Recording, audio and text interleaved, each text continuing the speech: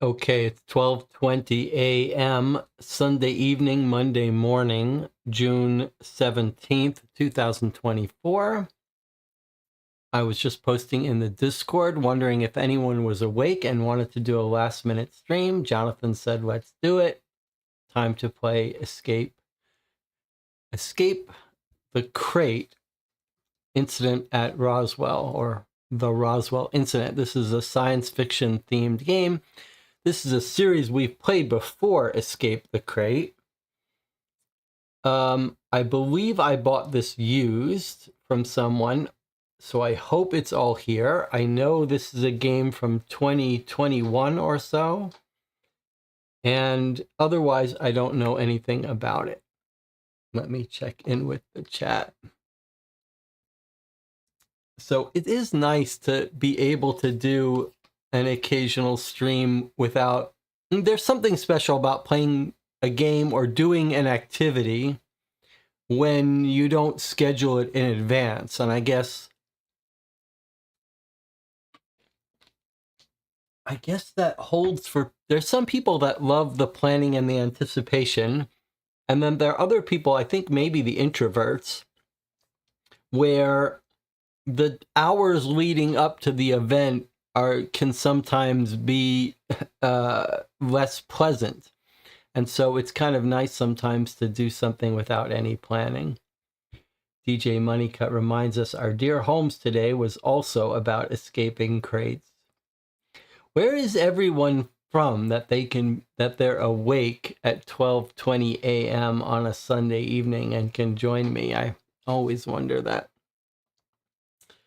Okay, I can hear my cat meowing, which is strange because she can come in. That normally means she's got a little something in her mouth, her little sock toy. Yes, I see, Sarah. It's too bad. I was thinking about building Sarah a little perch up on the shelf there she could sit in, but she doesn't seem to be that interested. We'll probably be streaming again this week at some point. Maybe a longer game. I do want to get Body of Evidence played this week, so there's that. All right, now, Escape the Crate. Here's my memory. See if you can remind me if I'm misremembering. My memory is we played 2 boxes from Escape the Crate, one of which was quite mediocre. No, I'm not sure that's true. We played Escape the Crate Night of the Vampire was the first one we played, which was quite good, actually, and quite long and involved. And then I think we played an Escape the Crate game about the Yeti, which was subtitled The Explorers Society. And I quite like that. And I was thinking, well, there was enough narrative. It was different. The Vampire was more of a choose-your-own-adventure puzzle game. The Explorers Society subtitled one felt more like a story. And I liked the idea of it. I liked the setting. And so my idea was after that maybe we should focus on that sub-series. I'm told that the Escape the Crate games are a hit or miss, that they vary in quality. So we'll see what we get today. All right, let's open our box here. All right, so already I can see where all the money went in this game. A little frisbee, but it does look like it's part of some puzzle. All right, let's see. We've got a card. It is plastic, high quality card. Department of Extraterrestrial Relations. Let's just get everything out here. And the other thing I don't quite remember is, the other thing I don't quite remember is how much internet use is here. Although I do see, here's another hallmark of this game, which we saw in the Vampire one, which is that the box has some puzzles as part of it. Looks like we've got a little autopsy here. Maybe, I'm not sure we were supposed to see that yet. And then look, there's more thing on the back. All right, let's just put these aside and go through this. All right, what have we got? Welcome to Escape the Crate. Do not open any envelopes yet or write on any of the papers in the box. You will need a fully charged device which connects to the internet to play. Okay, so we do need internet. This is what happened with, now I'm remembering that the other Escape the Crate we played, basically the internet guided us through the whole game. So I wonder if that's going to be the case here. Okay, let's see. So they want us to go to this website. Strongly suggest you check with the hints at the bottom of each puzzle if you get stumped. They're designed to help you. Okay, fair enough. You will need a piece of note-taking paper, a pencil. That's fine.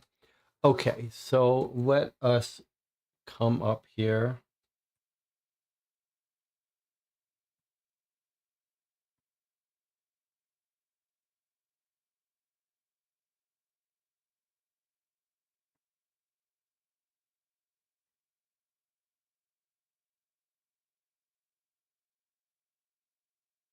Okay. Let me know if there's music. I'll try to pay attention to it. Okay. Escape the Roswell incident retired mission. Now, what does that mean, retired mission? I believe that means that they're no longer selling it or it's old, but here there's a button that says you can purchase it. So I'm not sure how that affects us. Are we supposed to watch this? Or is this a trailer for the game? Let's read this. Only days after the famous Roswell incident shook the world, another crash was discovered in the desert only miles away. The boss is a bit shaken by the discovery, as this was not supposed to happen in the timeline. When the world finds out about the flying saucer, it will start panic like we've never seen before. The United States government has contacted you to help cover up the newest crash in this hotbed of UFO activity. You only have a short amount of time to examine the craft, come up with ingenious ways to disguise what happened, and to see if the beings on board are still alive. You then have to somehow sneak the saucer to a secret government facility without the press snapping a photograph. Sounds easy, right? This 2-chapter game has 2 separate game experiences. In the first chapter, we have a family-friendly but eerie examination of the crash site. The second chapter is a bit more intense as you get closer to the aliens on board. Let's just hope they came in peace. Got your crate ready to play. Okay. Well, let us watch this video, I guess. Let me see if I can get my audio here so I can hear it with you.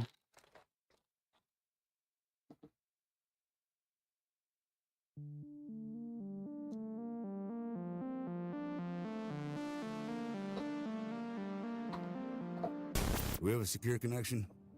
Very well. I'm glad we were able to reach you agents. My name is Commander Carlisle, and I'm in charge of this operation. What I'm about to tell you is a matter of national security. Well, global security for that matter. This afternoon we received word that an unidentified flying object crash-landed not far from a place known as Roswell, New Mexico. The so-called flying saucer appears to be the real deal. And if rumors are true, there are not human pilots. Not long ago, law enforcement officers were alerted to the incident, and it won't be long until the entire country knows about the crash site. Flying saucer craze being what it is. That's where you come in. We need you to get to the site first, recover the wreckage, and plant some false evidence in its place. Something to throw the press off our trail. We'll call it a weather balloon accident, perhaps.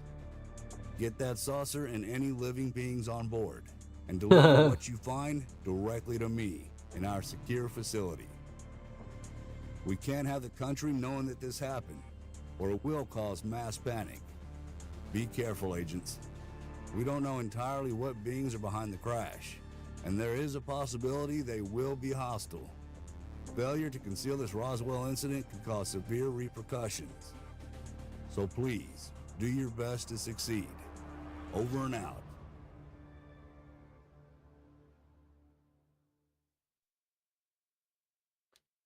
Okay, a little bit of a trailer. Didn't seem like it was really gameplay related for us. Let's go back to our game. All right, so we're gonna play. The game wants us to have the website walk us through it. So here we go. Okay, they want the password, which we were given.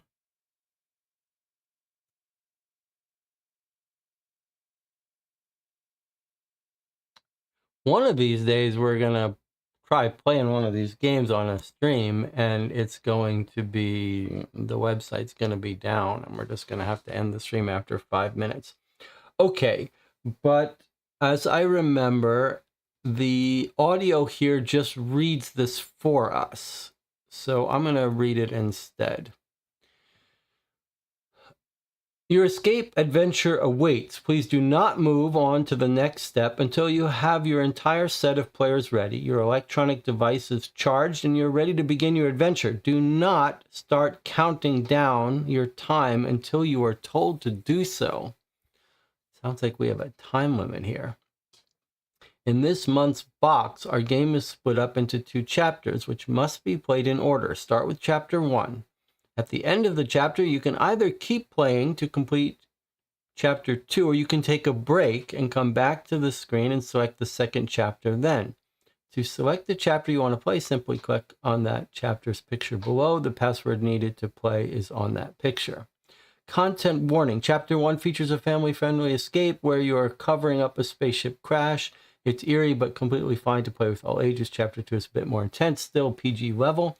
There may be some elements that involve alien autopsies and sci-fi weapons. While most families will still be able to play the second chapter, we want to give a disclaimer here for anyone uncomfortable with this subject matter. Well, if we go beyond 5 or 6 hours, we will split this game into 2 sessions. But let's see. Okay. So 2 chapters. Chapter 1 is the family-friendly one. Okay. So I don't know why it wants a password if it tells us what the password is. Crash. No, no, no, no.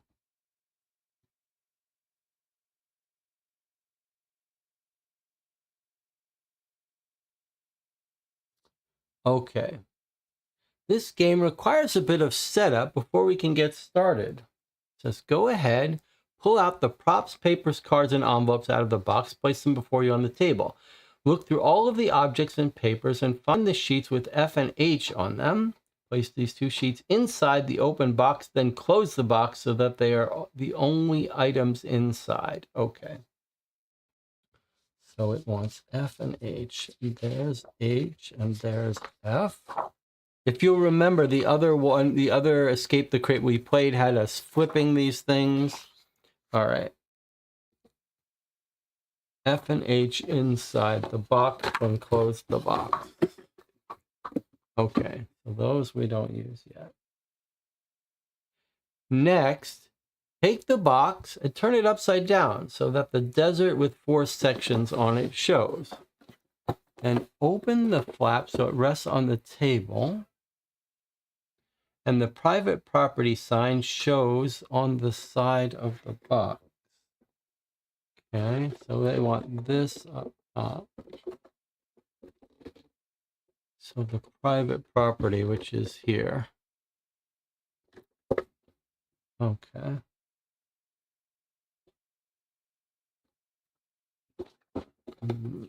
All right, so that's our workspace. See the picture below for how the box should be set up. I don't know why they want the flap down, except that it shows the spaceship. Pretty cute. All right. The remaining cards, envelopes, items, and papers are ones you will need to start out the game. Go ahead and place them on the table before you, right by the closed box, which has the items in it from above and is upside down. Some of the papers and envelopes need to be turned to a certain side so that secrets are hidden until later in the game. We're going to do that now. This is exactly what the vampire was. A very involved process mechanically. but interesting. And it worked well in the vampire game, I think. Okay, so the closed outer box with 2 items inside. The crash site envelope turned upside down. Fine. That's this. So it looks like I did buy this used, but no one has played this. The hanger envelope upside down. Okay. The welcome letter, and that's this one. Let's see. Sheet J and sheet B. Okay. J and B. Colored beads. Okay. Card K, card M, and card O, the ID card, the disc, and the syringe pen. Okay, so I'm just going to put these on the table.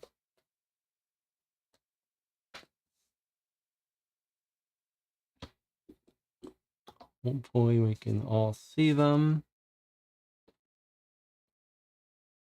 Okay, so these don't get flipped over. We're not allowed to look at the other side of them until we're instructed. Let me put these up so we can all see them.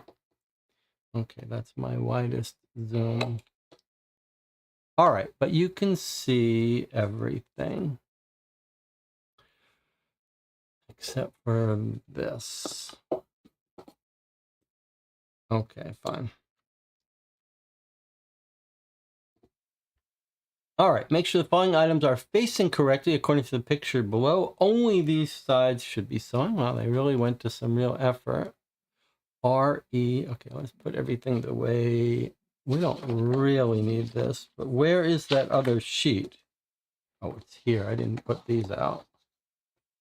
So if I had planned better, I would have zoomed out my top camera more. That's okay. We can do that during the next break. All right, so I've got our sheets. I'll bring them into view when we need them. That's fine. Okay. Missing any sheets. Okay, if you're missing any sheets, you can ask for them. Objective, place the papers correctly. Place the papers correctly. Password stars. Okay. What? It's not clickable? What does that mean?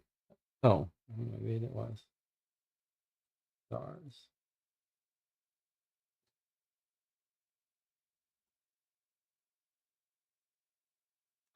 Okay, now that you have all the items in front of you, you've agreed to not flip any of these pages over until the game tells you to. It's time to learn the rules for how this game works.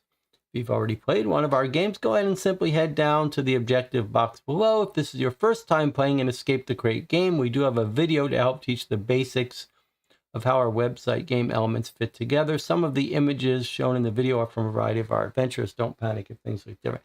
I don't think we need to watch that. Okay, try a trial puzzle. This is exactly how we experienced the other one. It was very gentle, complete, with narration for everything. So it's going to start us out with a trial puzzle. Okay, here we go. And you can listen to the narration of all this. It's pretty impressive that they've gone to all this work. Great, let's move on. You work for a time-traveling organization called Emit, or Time Backwards, as you go back in time. You have been dispatched to events throughout the ages, fixing inconsistencies and getting the timeline back to normal. On a recent mission, you came across a strange crystal, which seems to be from another planet. We did some testing on it at our headquarters, and we can confirm it is not of earthly origin. Therefore, you are not surprised at all when you're assigned your next mission. You are being sent back in time to July 10th, 1947, to a ranch not far from Roswell, New Mexico.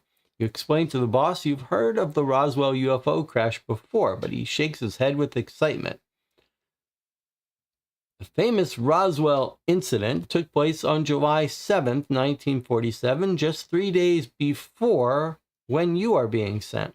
It was supposedly debunked as a weather balloon accident, which was incorrectly reported to the press as a flying saucer crash. But the news took the world by storm anyway, and conspiracy theorists are already flying. Conspiracy theories are already flying. No, we are sending you back in time to July 10th, 3 days after the original UFO crash, and only 1 day after the original crash was debunked to the press. It happens that in the early morning hours of the 10th, a local rancher heard an explosion and found the wreckage of a UFO on his property.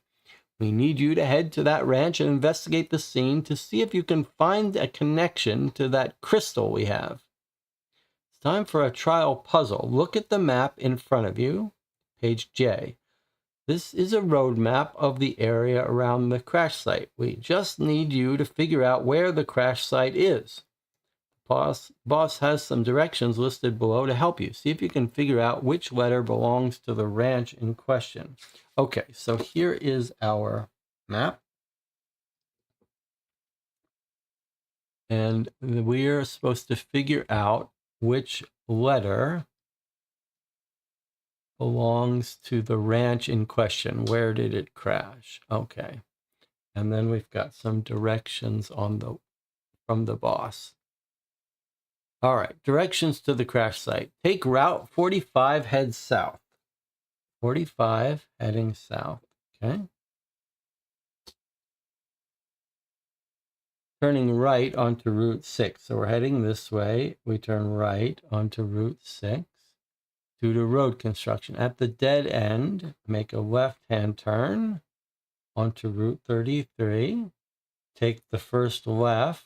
From there, continue on that route. At the second intersection, the hazard ranch and crash site will be on your left. So D. Go ahead. See if you can tell which of the lettered ranches is the one with the crash site. When you think you know which one, check out the objective box below, click the link, enter the password. What you need to solve the puzzle is always listed in parentheses to let you know what it is we want. If you're correct, you will gain access to the mission and your game can begin. Remember that codes are always either in number format or all lowercase letters. If you can't figure it out, however, for whatever reason, there is a hint system built in place. Click the hints at the bottom of the page if you're stumped.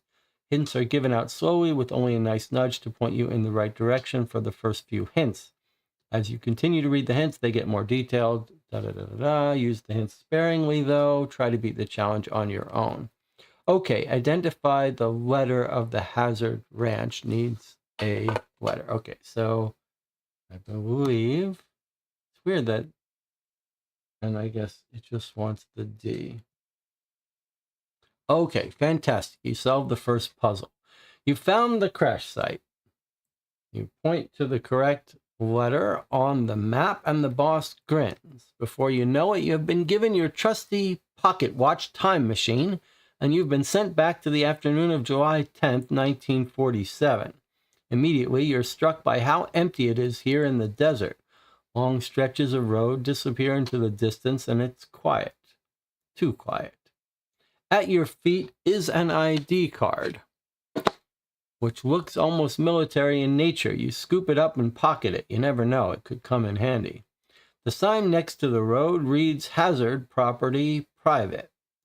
You eye the fence surrounding the ranch and you can see that your unexpected visit probably won't be welcomed by Mr. Hazard. As you walk down the road toward the house, however, a black car comes up from behind you. A man in a black suit exits and follows you down the road. He glares at you for a long time and then addresses you. All right.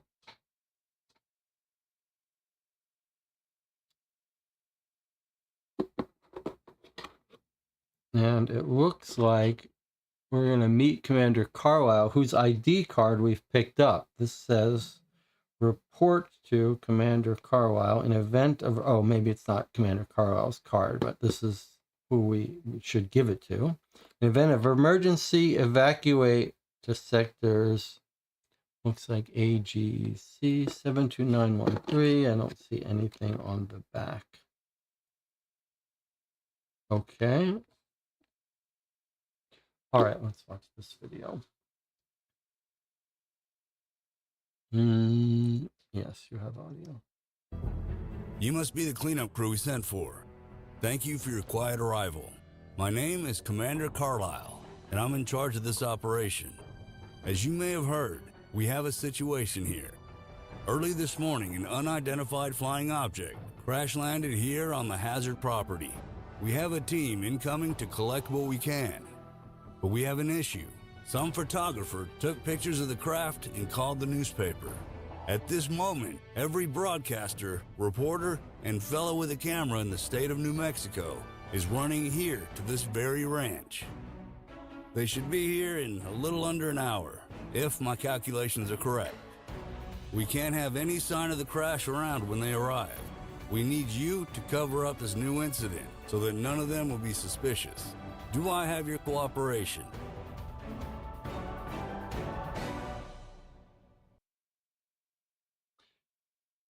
So, just some thematic introduction to frame our time that it sounds like this game is going to give us a time limit. All right, let's see what this says now. This is the first chapter in the game. Boy, this game is really gentle in terms of walking you through it. The puzzles in this first game are a bit easier than the ones in the later one. If you've played a lot of escape rooms and want more of a challenge, just hang in there with us. As the plot thickens in the game, the puzzles get tougher. If you struggle with a puzzle, use the hints. You're not punished for using them. Remember, they are not step by step.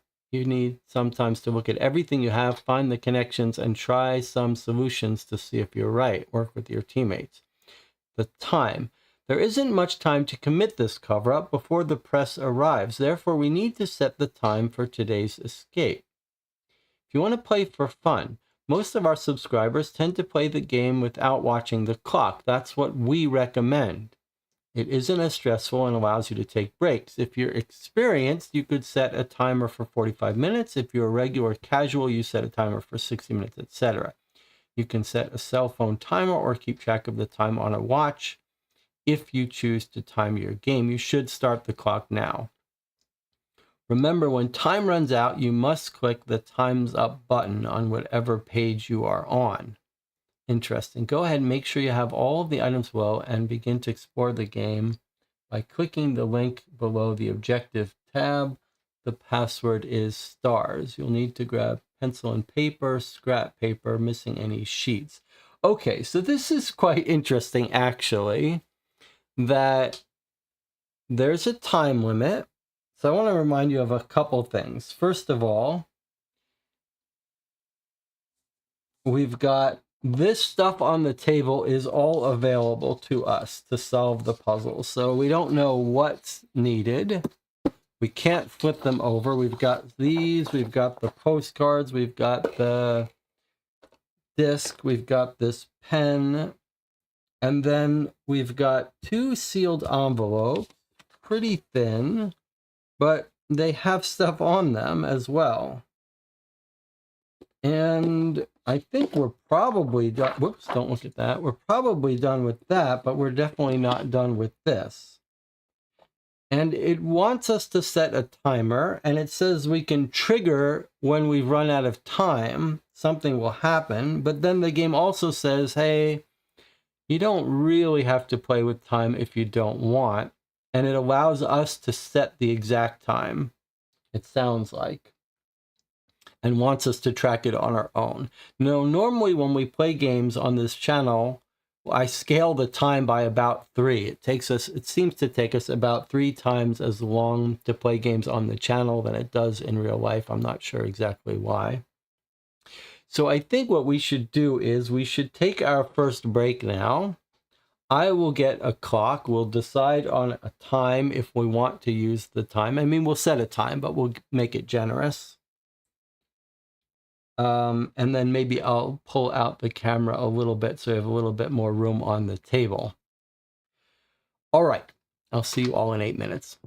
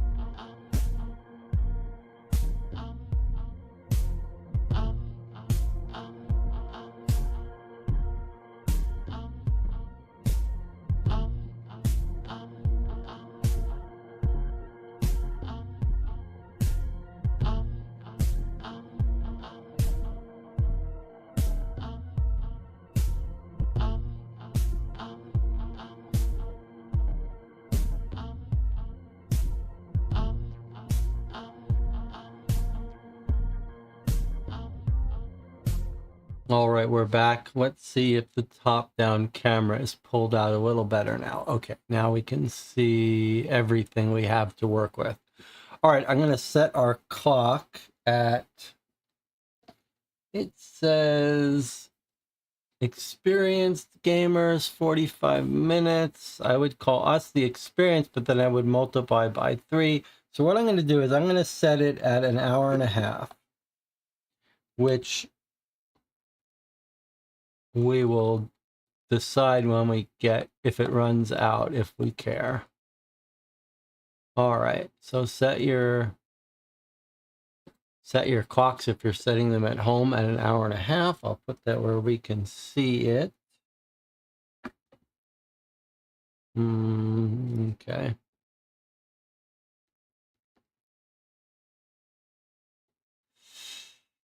Okay, anyway, to our game here. Isn't 45 just 2 times 3? Yes, I thought multiplying by 3 seems overkill, so I compromised and multiplied by 2. Multiplied the experience by 2. I thought giving us 3 hours is asking too much. We'll give ourselves a little bit of stress. All right, here we go. Okay, so begin the mission. You click on it, but it tells you the password. It's an odd situation. Okay. All right, so stars.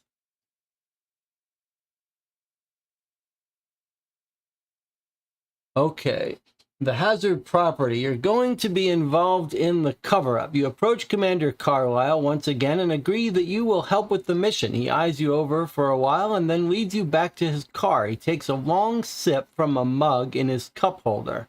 Looks like he's about to change his mind. And then it wants us to watch a video. Again, all of these other listen clicks are just narrating what I'm reading. That's the only reason I'm not clicking on it. All right, let's see what we've got here. I hope you don't mind me asking, but do you have some form of ID to show me? It isn't that I don't trust you, it's just that with the amount of secrecy required, can't be too careful. You understand, right? Just show me the ID and tell me the password, and I'll get you on your way. Okay. He wants the ID and the password. You freeze up for a moment. A password, ID. For a few seconds, you're sure the commander is going to lock you up in jail for trying to sneak in here uninvited. But then you remember that ID card you found on the path on the way in. It isn't yours, of course, but maybe if you can find that password and show the commander this card, he might just be fooled. As a reminder from setup, the envelopes, papers, and cards should be turned in the following way. Okay, well, we got all of this right, so I don't think we need to rearrange. Check it again. Time's up. If so, click here. Okay, so on every page, it's got a place where we can click if we run out of time. Give the password to the commander. It needs a 5-letter word.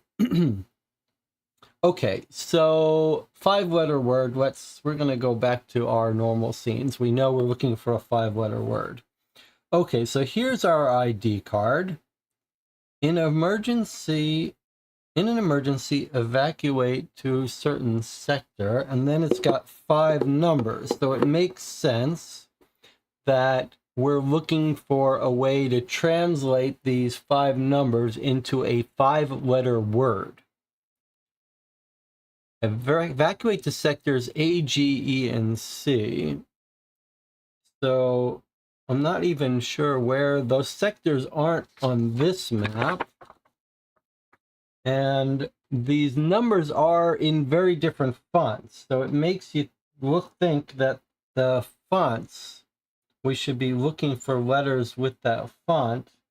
Although looking at the table, I don't see any letters of that font. Although there are a bunch of letters here on these envelopes.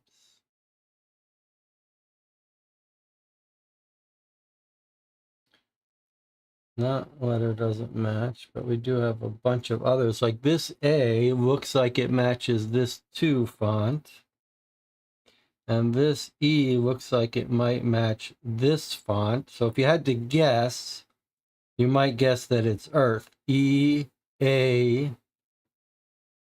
R, T, and H. So I think it's a pretty safe bet that it's Earth, although it's not clear that this should be this one. But maybe we've got more letters elsewhere. But the E and the A sure look right. And I don't know why you'd pick that to go with the R, but then the T is right here. So EA blank T sure seems like H.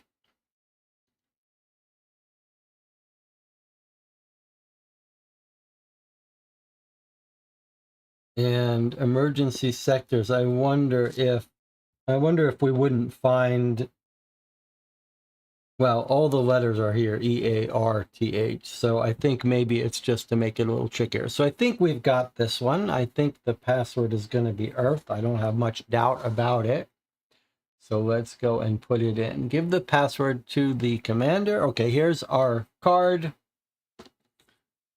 our ID card, and the password is Earth. So we click in here, we type DARTH,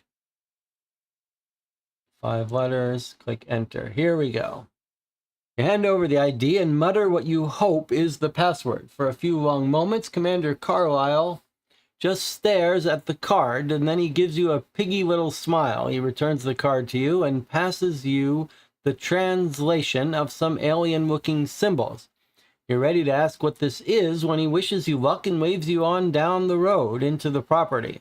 It isn't long before you reach the house of Mr. Hazard. It isn't big, but the ranch itself sure is. It stretches for what seems like an eternity in all directions. The house is the only shade around. The door creaks open and a rancher steps out, his face in the shadow of his hat. He seems afraid to meet your eye. You have to assume that this is Arnie Hazard.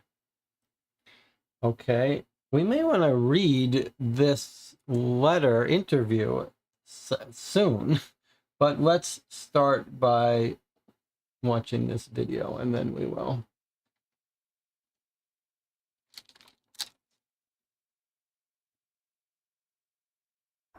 You with the government? Listen, my wife and son are afraid to come out. I am too, to be honest. This saucer is the real deal. I saw it myself. I already gave my statement on what I saw, and I'm not going through it again. But there are some things you need to see.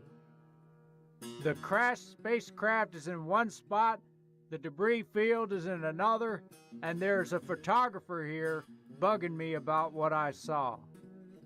I don't want to be a part of this, you hear? I already saw them bodies once, and I don't want to see them again. Be careful out there. Okay, so we're supposed to arrange the spot on here, although we don't know exactly. I'm not sure. There were some things in that video, but I'm not sure we're going to need them. But he does refer to this, which clearly we're supposed to read next. So let's start by reading these interview notes. Okay, I see. Whenever I move the camera. All right, let's see. Interview notes. Clearly fill in entire box to redact. Do not skip words in a box or use a small line to redact. Clearly fill in the entire box to redact it. I see. I think it sounds like we're going to form a message by getting rid of some of these sentences, some of these sections. But let's read the entire interview. In the early morning hours of July 10th, Arnie Hazard was still asleep inside his ranch until he heard a loud explosion. Around 5 a.m., he exited the house with his son, Bobby, where they saw an alien glowing light in the sky. Mr. Hazard has lived here for 12 years, has never seen aliens before. We questioned his wife, Mary, as well, but she is afraid of UFOs and refused to answer any further questions. Positive it is a spacecraft, the family alerted local law enforcement afterwards. We conducted a thorough background check of Mr. Hazard, and he has no known run-ins with the law or any record of any substances that might have impaired his judgment. Following observing the spacecraft in the sky, he found debris near the house, leading to the UFO crash site. The property in question covers nearly 1,000 acres, and a large section of it is surrounded by a chain-link fence. The nearest neighbor is 9 miles away. Debris found is metal, which he called otherworldly, and bends as easily as paper, then returns to its alien form. At the time of this interview, we can verify that it is alien in nature, but that does not mean that it comes from an alien spot at all. Our laboratory is examining the UFO piece and will be presenting the results to Commander Carlisle, head of alien research, soon. The local law enforcement arrived on the property around 11 a.m. to follow a routine interview of the Hazard family. It should be noted that Mary was silent. The spacecraft itself appears to be holding the bodies of several forms, and the saucer shape is unlike any known spacecraft. So I think we're going to get a message by crossing off items here. But let's see what the game wants from us. You nod and survey the property once more. You should probably figure out where everything is on the property. Go ahead and turn over the welcome letter to the other side so that the A side is showing. I see. We've got a whole new page. Look how cool this is. A little alien language. Okay. So it says, go ahead and turn over the welcome letter, so the A side. In addition, turn over both envelopes to the front side and open the crash site envelope. Okay, so I've flipped these over and it wants us to open the crash site envelope, pull out what's inside. Already we're opening an envelope? That was quick.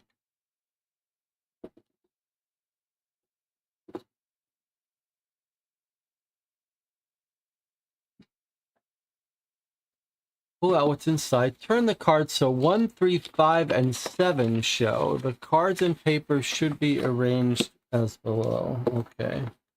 So 1, 3, 5, and 7 rather than the flipped over sides. Okay. So let's put these out. I see. Okay, so these four cards are going to go on the back on this thing here in some order. Okay, that's what we saw in the video. Okay. The changes are in bold. Okay, very nice. Additional statement from Arnie Hazard. The debris from the crash is positioned diagonally from the spacecraft, he says. Time's up. Okay.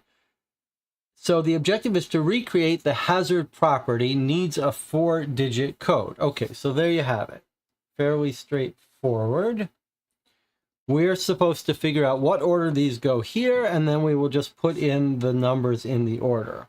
Okay, and the first thing he says is debris from the crash is diagonally from the spacecraft. So if we just put these out here randomly, what we've got is the photographer. There's the Hazard home. There's the debris, and there's the UFO.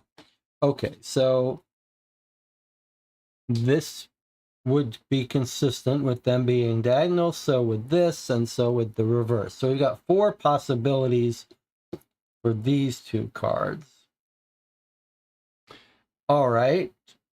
What else do we have to work with here? We've got these symbols, and here is redacted stuff. Okay, what does this say here? We need to redact the eyewitness reports of the family buying this property. To accomplish this task, we must use a pen and cross out and fully shade in the entire box of any box section of the interview which has any mention of debris or flying spacecraft or explosions or lights. Okay, so it's telling us what to cross out. Any mention of debris, flying spacecraft, explosions, or lights.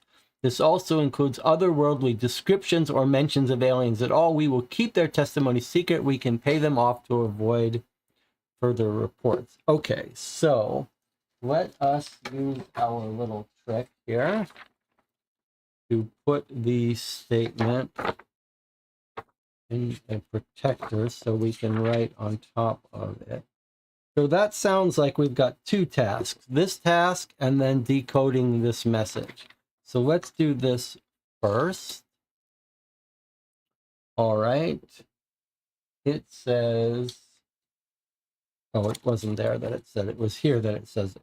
Okay, it said cross off everything which mentions debris, spacecraft, explosions, lights, or otherworldly descriptions or mentions of aliens. Okay.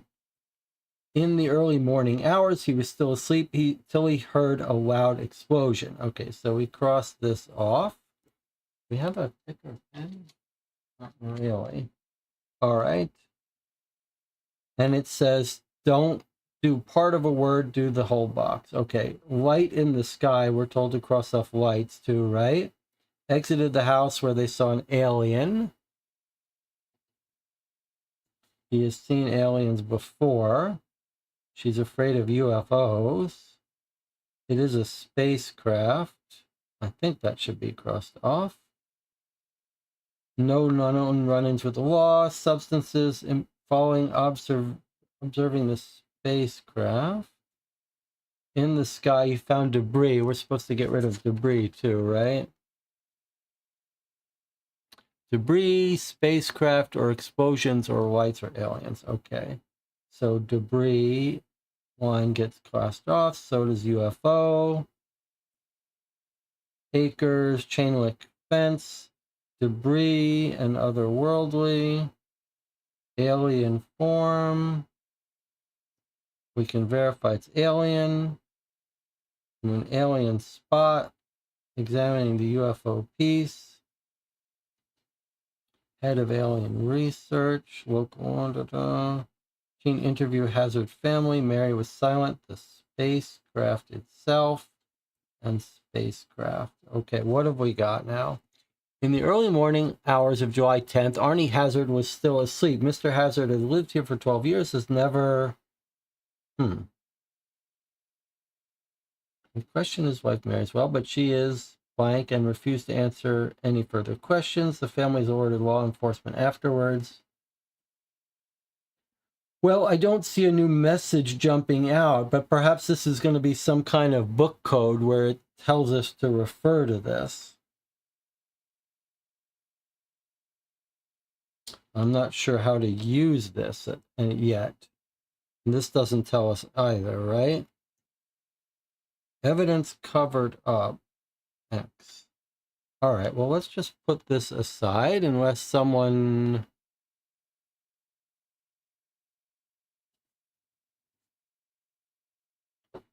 thinks they know what to use that. What about moving on to this? I say, Jonathan says it's 1419. I think maybe black out the number shapes. I'm not sure what that means, but okay, let's... I think I see what you're saying. Are you trying to say that we should be turning it like this? And then you get a 1, 1. I don't see it, but okay, we can come back to it. All right, what about this? We seem to have enough information to do this. Let's translate this message. What does it say?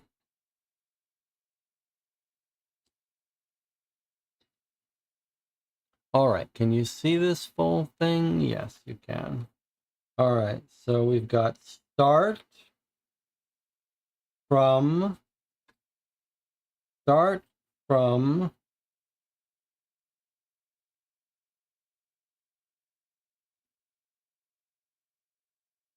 the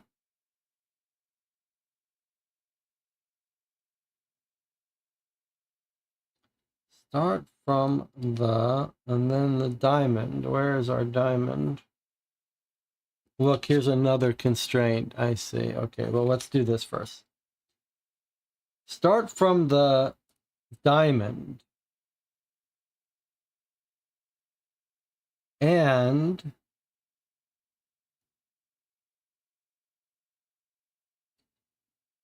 count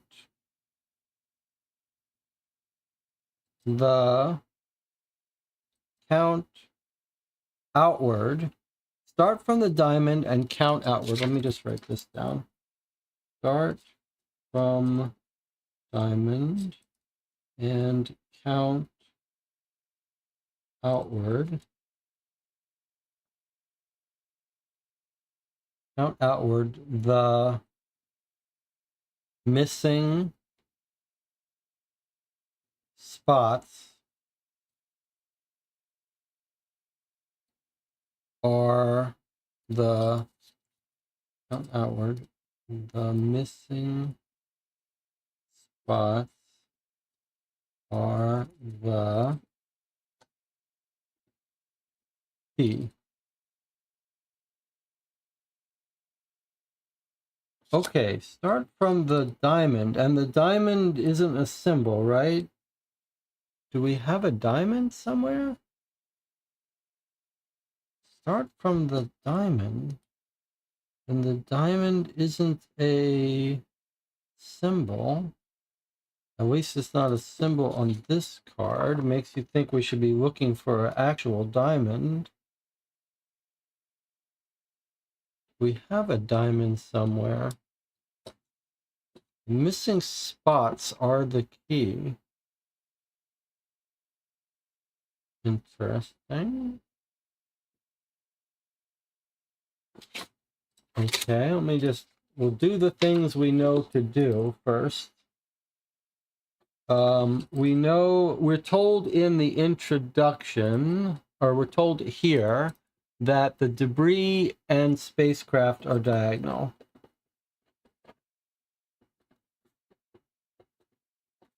Diagonal.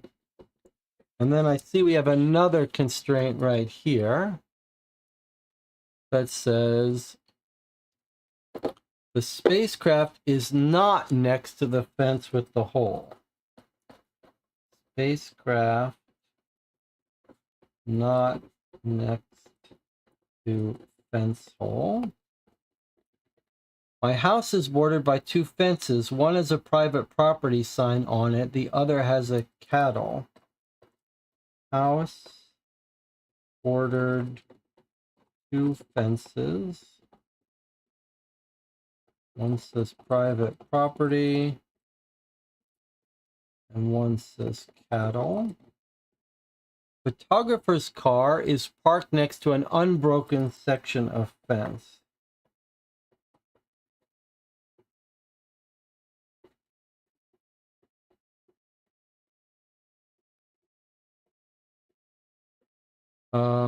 Okay. Let's just look at our other documents. So, here's our diamond, the Frisbee diamond. Yes, okay. Jonathan was right. Okay, I see it is the diamond here. Start from the diamond, count outwards. The missing spots are the key.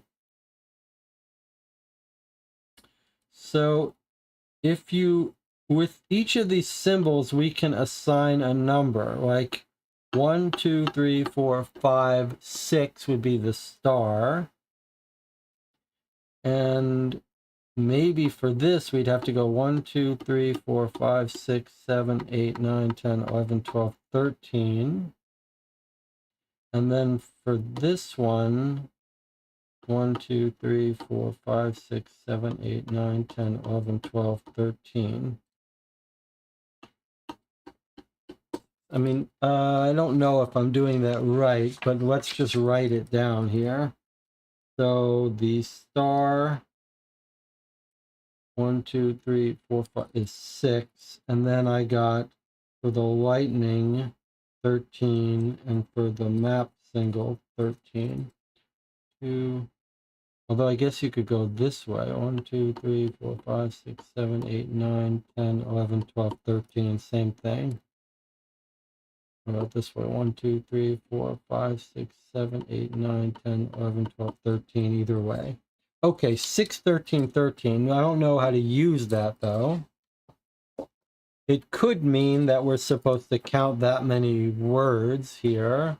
But let's not worry about that yet. Let's just look at our other stuff before we survey our other materials here before we try to do that.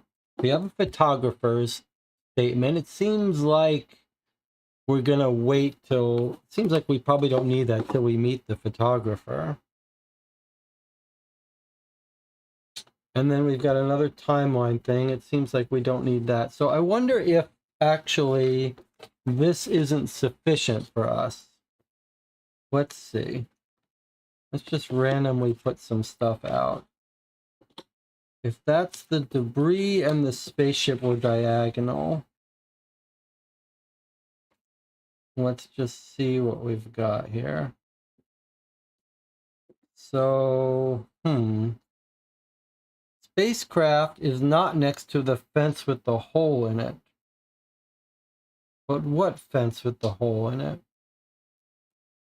Doesn't look like there are any fences with holes. I don't see any fences.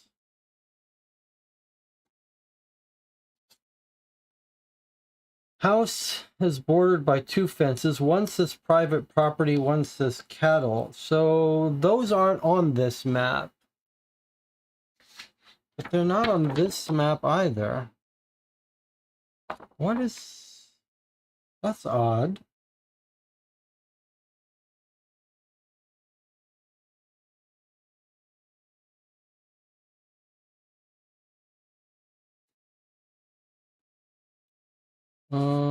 Doesn't that seem odd? Like, I don't see what fences, I don't see signs.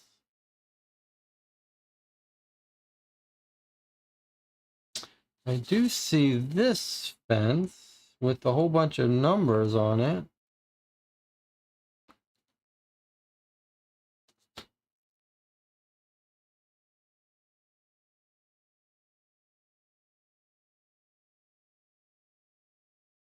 And look, here's our 3 symbols in a specific order.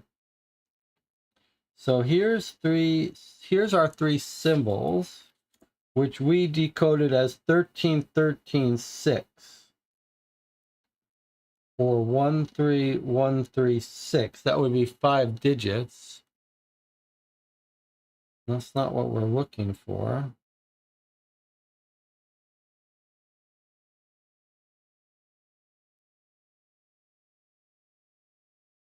But if we had to pick an order here, we would go teardrop, lightning bolt, star.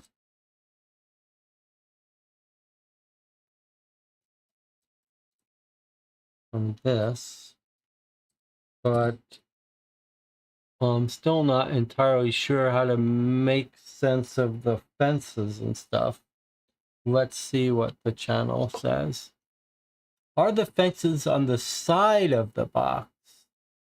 I see. Yes, they sure are. Okay, there's a fence with a hole in it. Okay, and there's a fence with no holes. There's a fence with private property. Okay, that's clever. Okay, so good work. Very well done.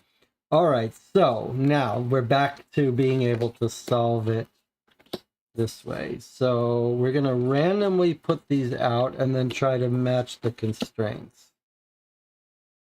Okay, so debris and spaceship are diagonally apart from each other.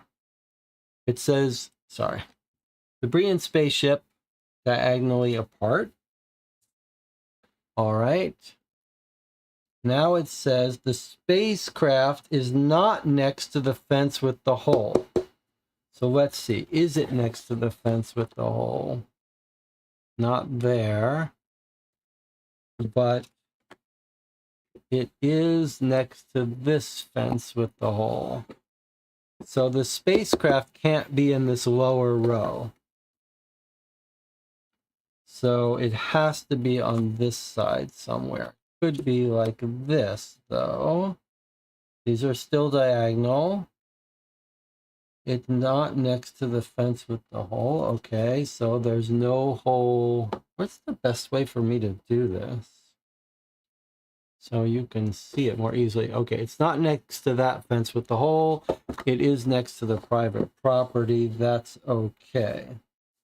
All right, so the spacecraft could be here, but it could also, no, it can't be here. And it can't be here. But it could be here. So spacecraft is going to be here or here. Okay, fine. The house is bordered by 2 fences, private property and cattle. Okay, so there's our cattle and there's our private property. So the house must be here. So if the house must be here, the spaceship must be here, since it can't be on this row since there's a hole on the fence. And if the spaceship is here, it means the debris field must be here, which leaves only one left, which is the car. And we're told here the photographer's car is next to the unbroken fence, which is consistent with this unbroken fence, I guess. It is next to the broken fence, but it is also next to the unbroken fence. Okay, so this looks like our layout here. Must be how it is. All right, good work seeing that. Let me just put in the answers and let's see. So we're going to choose to recreate the property, which wants a 4-digit number. And the number we're going to give it is 7 3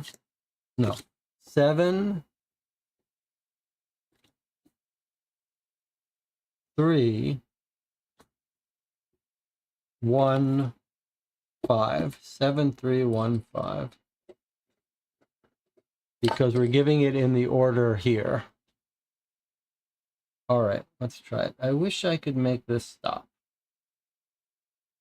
All right, so 7315. Okay, you seem to know where everything is. The car door of the photographer swings open and you soon see her strutting towards you right now. Her camera snapping photos of you. All right, let's talk to her and see what she says.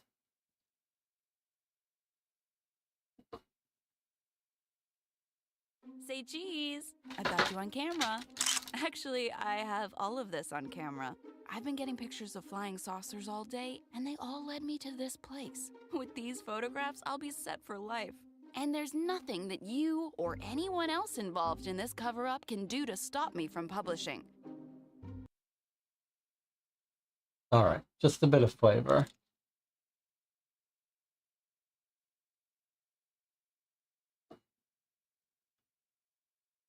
You shake your head as she snaps another picture of you and returns to her car. You're going to have to find some way to get her photographs of the UFO before she blows your whole mission. But that isn't it.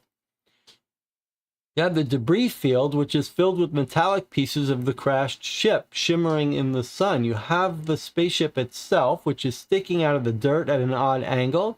You have no idea if there's still beings on board. The Hazard family are huddled in their house. They have seen too much already, and you don't know how you can keep them quiet. Wow, we got a lot of cover-up to do. Go ahead and turn over sheet J so that the Y side shows. Okay, so we've got this is new for us. also turn over card M, which is here, which we used. Let's do it this way, which we used already. So this flips over. It looks like it's the colored beads that are over on the table already. Keep the 4 cards on top of the box in position to keep the hazard properly arranged. The cards and papers should be arranged like below. The changes are in bold. Okay. So it wants us to keep this how it is. I'm going to just make a grid of this in case we jostle it. 7. Okay. So it says that gives us 4 pieces of this cover up to complete. Okay, so we've got to do the house, the UFO, the debris, and the photographer. Each in their own grid here, their own cell. Each of those pieces of evidence is represented by a card on top of the box. If the red X is showing in the bottom corner, it means it's still exposed and must be fixed. So as we fix them, we'll flip them. All 4 can be completed now and in any order. Fun. See if you can cover up everything in time. Hints for each of these available puzzles are available below. Objective, make the members of the hazard family forget the incident. So we need a 4-digit code to flip them around. And then remove the UFO, which is a 3-digit number. Okay, those are the 3 digits. Examine the debris field, which needs a 5-digit number. And then destroy the photographer's evidence, which needs an 8-digit number. Okay, so this looks like it's about redacting this. And what does it want from this? A 4-digit number. And Jonathan had a theory that maybe if we turn this a certain way, we get the 4 digits, like a 1. But this just looks like a 9, maybe. 191.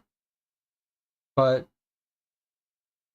what is this one? That doesn't look like a... Like that's a 7, but what's this? Like you could argue that that's 1917, but what's this then? Is that because of the weird 7 we saw before? On our here? It's in the wrong place. Oh, that doesn't seem right.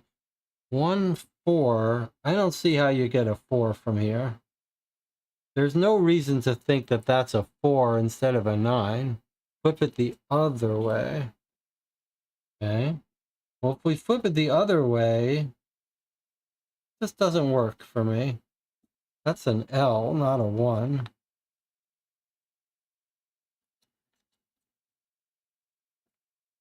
I don't see it. All right, let's put that aside. You think you know that that's a number? I don't quite see it, so let's just wait on that.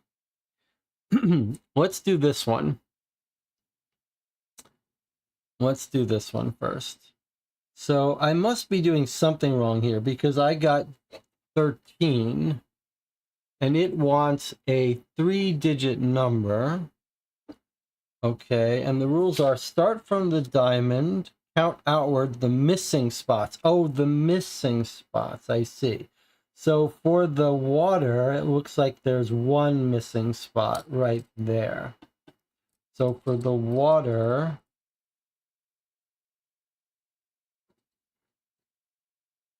it feels like we just got 1 missing spot on our way to it. And then for the diamond, it looks like also just 1 missing spot.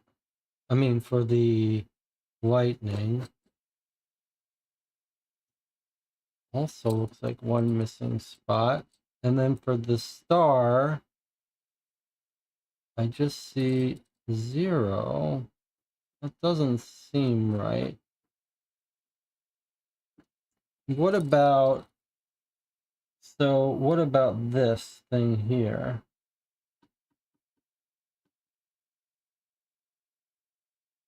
Count outward. But does it want me to also go this way?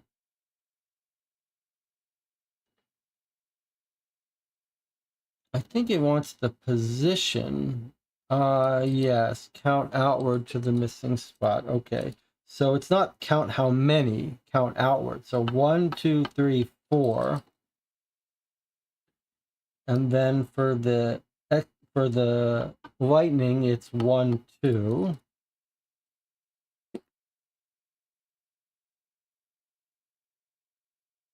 But then what do we do here? 1, 2, 3, 4, 5, 6, 7, 8, 9, 10, 11, 12. That doesn't make sense. It's odd, isn't it?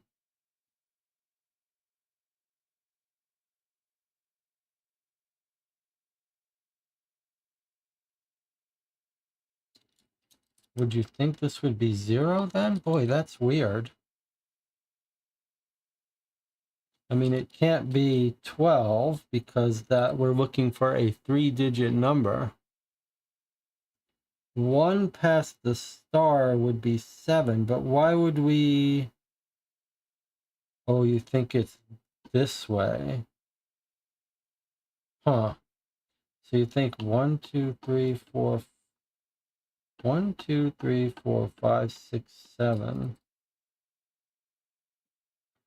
That's an odd... That's an odd rule, but it does make some sense. And it would give a missing one for each. A missing here, a missing here, and a missing here. Okay, I like it. I think 7 makes sense. Let's give it a try here. All right, so we're going to make the UFO from the property disappear. And we're going to say that the password is 427. There's got to be a way to make this stop. 427. Yes. The symbols on the top of it follow a strange spiral pattern, which is entrancing. But what bothers you the most is how Commander Carlyle had a translation of some of those symbols. That would mean he would have to have some sort of experience with the aliens before, right? You approach a hole in the side of the ship and you stop short. A withered and gray hand is sticking out. It most certainly isn't human. Even worse, you could swear you saw its fingers twitch. Commander Carlyle isn't long before he's at your side. Okay, and then we're allowed to watch this video. I wouldn't mind less of these videos. They're high production, they're cool, but they just seem to interrupt the flow a little bit. But maybe people like that. Okay, good work figuring out 1 past the star. Let's look at this. We need to get this saucer loaded up for transport, and quickly. We need suited agents in there to recover the bodies. Okay, why did it not do English? Hindi. All right, it thinks it was Hindi. Doesn't matter, was not important for us. Okay, so it told us now, we probably don't need this anymore, and it told us to flip the spaceship one. Okay, weather balloon, that's going to be for later. And we're probably done with this. All right, next up. Jonathan, you want to see if you can explain this one to me? Your theory here. Redact the stuff. We can pay them off. All right, so we've redacted this. We know we want a, let's see. Oh, wait, there's more to read, sorry. All right, so the fingers are twitching. You get ready to point out you don't think they're all dead, but the commander doesn't listen. A small army of soldiers in bulky plastic suits are marching toward the craft, followed by a large truck. Like a well-oiled machine, they begin to surround the ship and get to work. The commander tosses a metallic weather balloon your way. You sigh as you spread it out over the dirt. If it worked once, it should work again. It isn't long until the real ship is on a truck and all that's left is your weather balloon. You figure you've covered up another piece of evidence. Go ahead and turn over card 1 on the top of the box so that side 2 shows. The green check mark in the bottom left corner shows that this piece of evidence has been covered up. If all 4 pieces have been covered up and all 4 green check marks, go ahead and click everything is covered up. If there are any Rexes, you need to cover up those pieces of evidence first. Time is up, missing a page or need a duplicate. Okay, so we're back here. That's fine. Okay, so 4-digit code for these people. 8-digit code here. Debris is 5-digit code. All right. Jonathan says, I think if you fully filled in the boxes, the outline of the numbers would appear more clearly. I see. Well, it does want us to fill in them more clearly, but my pen here, of all the times, normally I've got a thick marker. I finally used one that isn't. So if I fill these in more clearly, you think that we'd see it.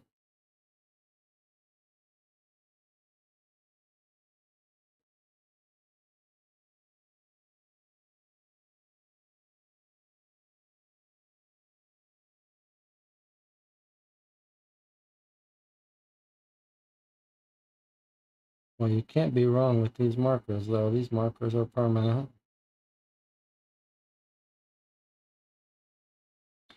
Do we think I filled in one that I shouldn't have? If that would be unfortunate, I'd have to redo it. Because this is a permanent marker, which you've insisted I use now to make it nice and thick. I should have just gotten up and gotten thicker dry erase markers, but okay.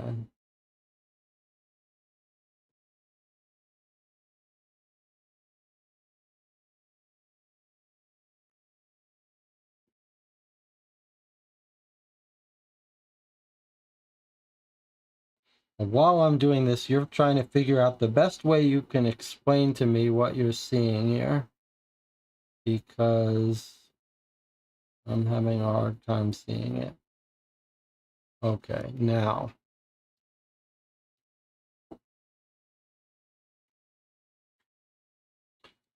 Okay, I see it now. I get it. It's the colored parts, not the other parts. So 1, 4, 1, 7. Now I get it. Somehow I was looking in the parts that were carved out, but you were right. If I colored it in, I could see it better. So 1, 4, 1, 7. It's now very clear. Okay, good work. Well, that's a good lesson for us, that sometimes with those visual ones, you really do need to see it. 1, 4, 1, 7. Now it's very clear. Okay, 1, 4, 1, 7. Let's do that one. All right, so we can make them forget.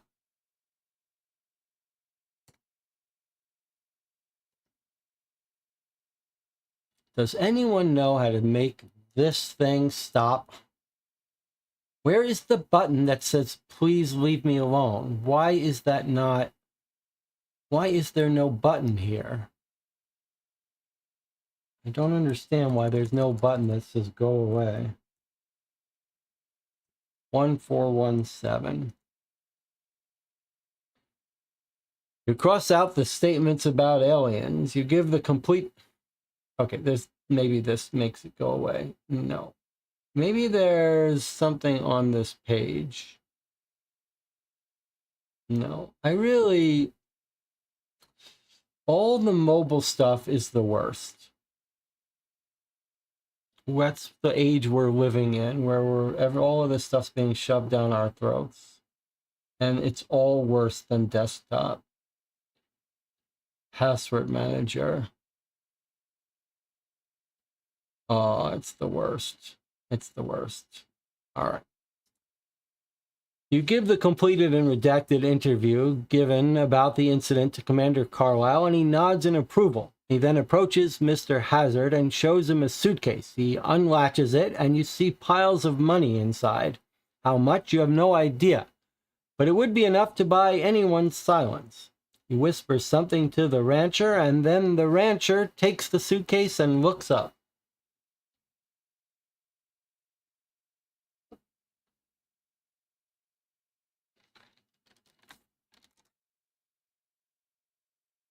If I take this money, I can't say nothing, right?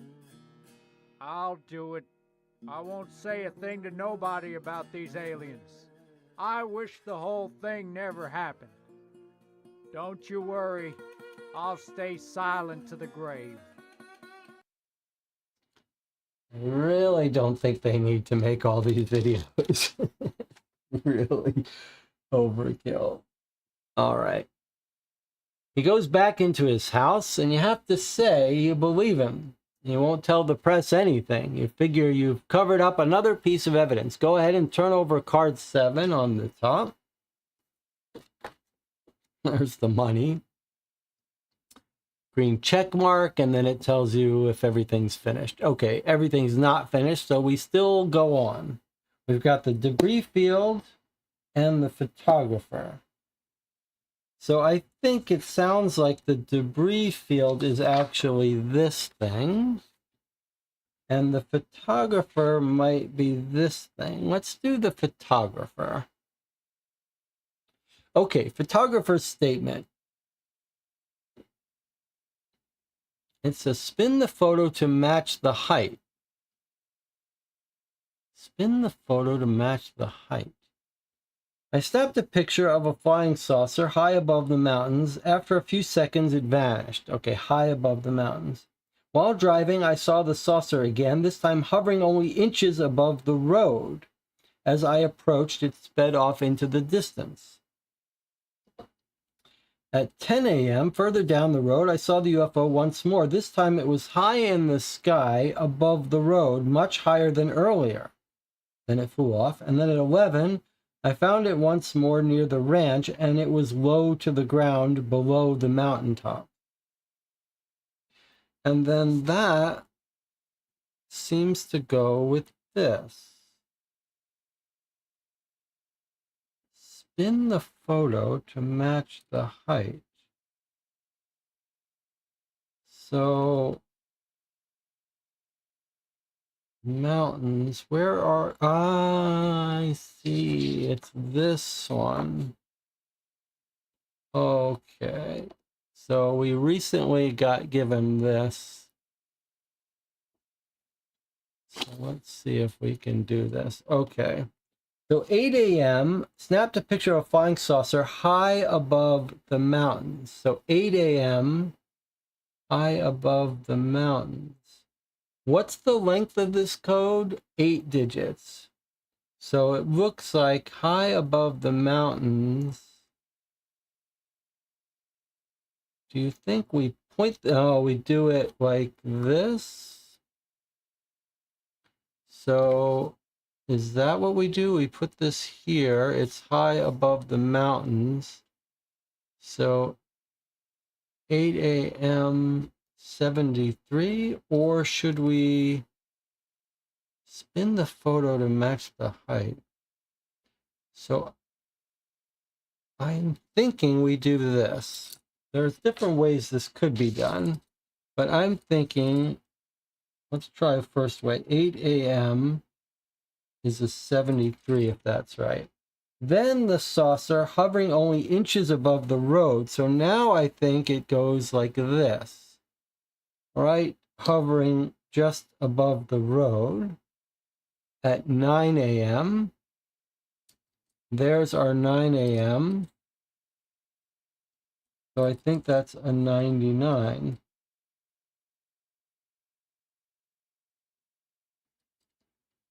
10 a.m., it was high in the sky above the road, much higher than earlier. So I think we're meant to put it here, which would make the spaceship here, which is higher than the mountains. That's 10 a.m. And that would be the 11. And then at 11 a.m., it was near the ranch, low to the ground, below the mountaintops. That suggests that it's down here at 11, which would make it an 18. Okay, do you think that sound near the ranch, low to the ground, below the mountaintops? So I get the 8-digit code 73, 99, 11, and 18. Jonathan says it makes sense to him. All right, well, let's try it then. This is the photographer's evidence. 8-digit number. Look at this. I love how it waits till I click in here to do its little trick. Okay. So 73, 99, 11, 18. If this is wrong, it just means we have to figure out a different way to do it. Okay, it was correct. You have to admit, she has quite a bit of evidence. It appears the other UFOs have been searching the area all morning for the crashed one. And this photographer has pictures of all of them, not to mention the crashed one. You ask her if she has the negatives, and she grins, holding a canister into the air. You face a moral dilemma. Should you just destroy all the negatives now and be done with it? Luckily, when Commander Carlyle shows up with several uniformed soldiers, you don't have to make the choice. With a snap of his fingers, the man seize her camera and film and drag her towards the car. Okay. Well, the military men know how to handle it. Where are you taking me? I'm not gonna go quietly. You can't just cover this up from people. The world needs to know that we aren't alone. Stop it right now. You stop this right now. She doesn't sound all that serious. Okay.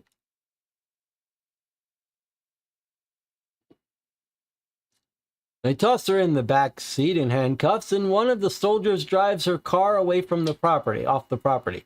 You ask the commander where she's going, but he merely glares at you and pointedly rips up her photographs to pieces. You figure you've covered up another piece of evidence. Go ahead and turn over card 3.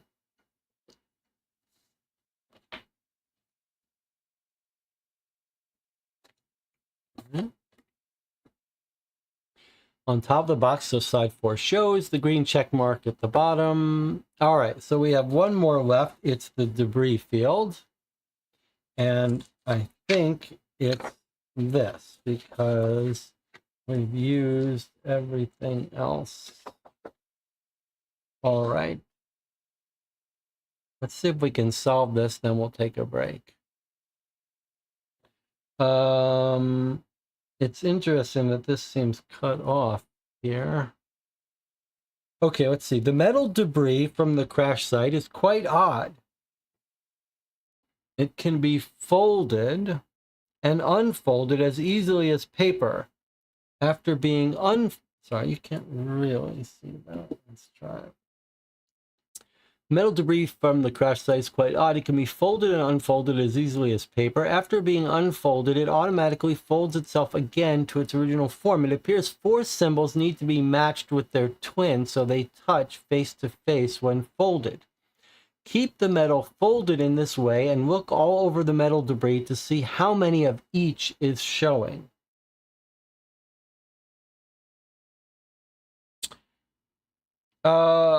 Well, it's unfortunate. I'd rather not destroy this piece of thing. Maybe we'll take a break here and I'll scan it and print it. But it looks like we're going to give a number for each of these colors. and we're going to count how many of each are showing. How many green, pink, turquoise, and orange. That will give us a... But it wants a 5-digit number. Maybe one of these is double digit. Jonathan says, make sure to pause the clock when we go on break. And Jonathan is always worried about when I get a folding puzzle that is my nemesis and puts me on tilt. Doesn't look like it's going to be quite as hard, but we'll see. We'll take a break. I'll see you in 8 minutes.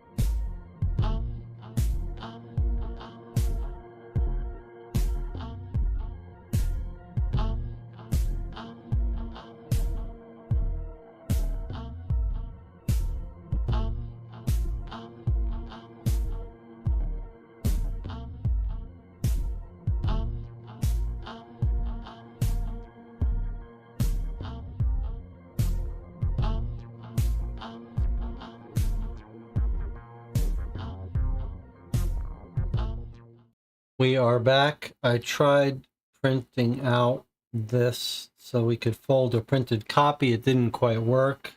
I'm going to restart our time here.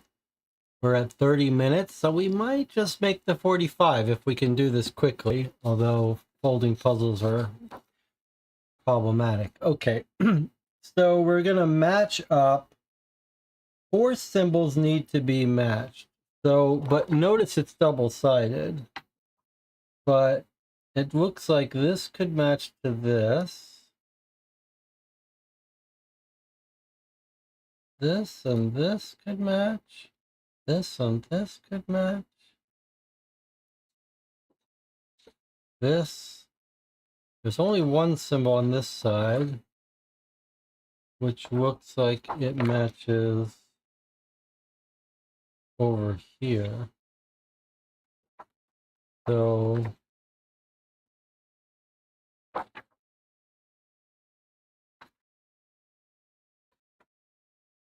this is the other part. Is it's so frustrating to watch me struggle with this. Well, there it is, printing out the copy 5 minutes after I asked it to. All right, well, we're just gonna fold this. Let's see, if this folds there, then this can fold onto that.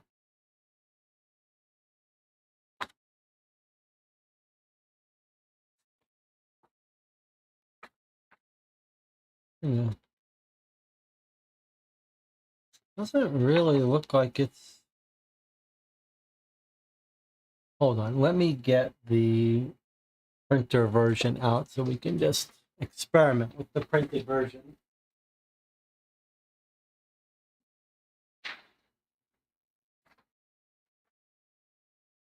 The reason I don't think this is quite going to work is because of the margins, but let me just see if it's right. It is the right copy of this. All right, well, let's just try this, then we can experiment. I'm a little confused about exactly how this, because it looks like for this to line up with this, like if I fold it this way, it's not quite aligned right. You can see, well, maybe it is. So something like that, would you think it would have to be at a right angle? Doesn't really go at a right angle. Maybe that's because of the paper. So if this goes there, so that they touch face to face when folded is the instructions. Okay, so that looks like that. But then if we tried to do this one over like this, it wouldn't work because, I mean, this small would be at the bottom here. So that doesn't look like that's what we'd want.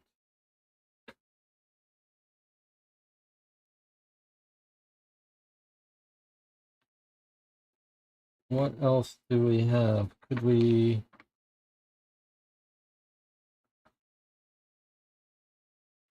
Four symbols, and that's the only symbol here. I don't know how else we're going to get this on top of this unless it's backwards. But if we do this, and don't worry about small being on the bottom, just making them touch, it would be like that. And then, again, it's not the right orientation, but if we did...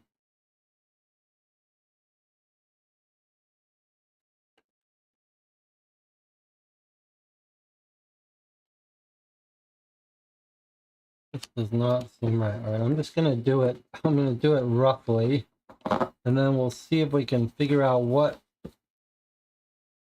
possibly, if we get something like this, what would we do with it?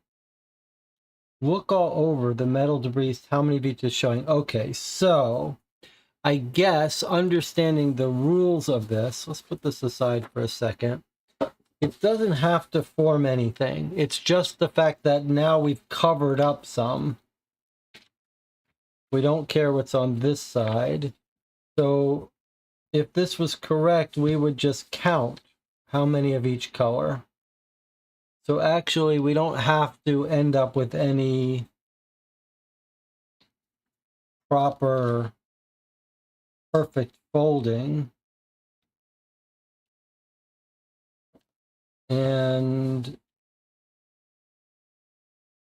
does the order matter?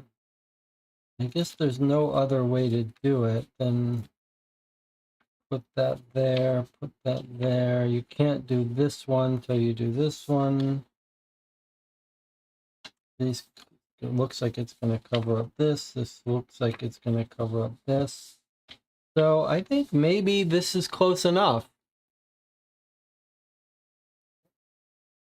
Let's see if we get our 5-digit number out of 4 colors, though. That's the key, because it is weird that we're supposed to get a 5-digit number from 4 colors.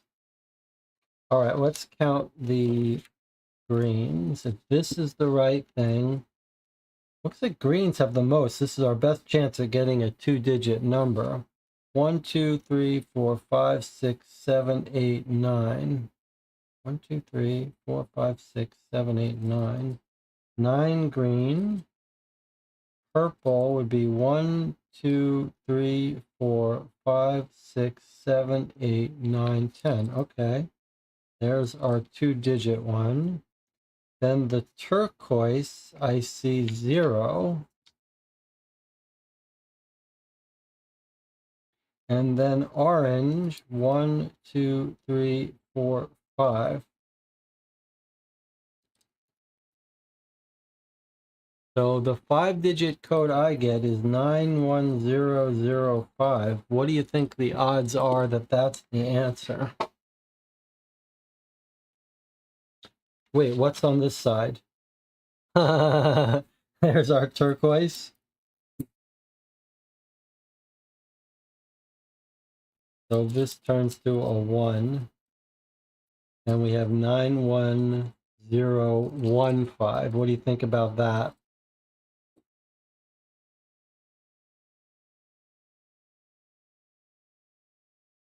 Jonathan says, try it out. Okay, here we go. We're going to try it out. This is the debris pieces. Okay.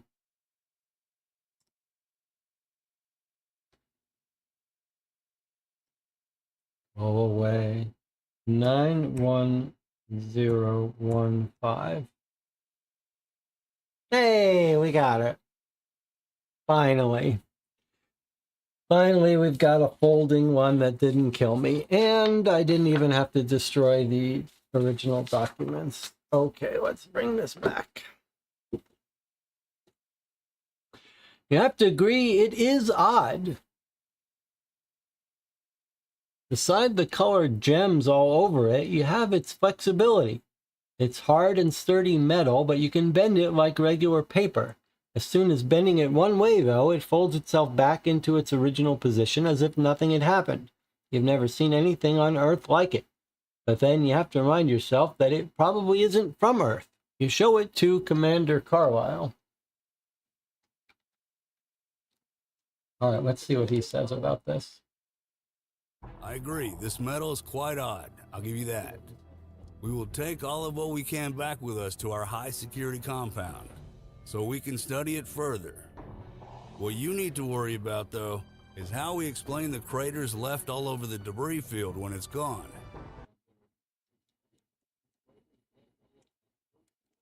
Okay. How are we going to explain that?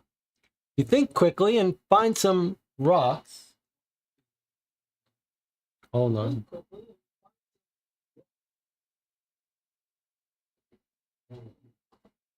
How about now? For some reason, the audio was playing on my desktop. All right, we're back. You think quickly, find some rocks stacked near a little well nearby. You scatter them throughout the debris field, filling in the craters left behind from the metal. From a distance, if you squint, it does look like the rocks are debris from a spaceship. You figure this might be enough proof to the press that those rocks were just misidentified. You figure you've covered up another piece of evidence. Go ahead and turn over card 5. Okay.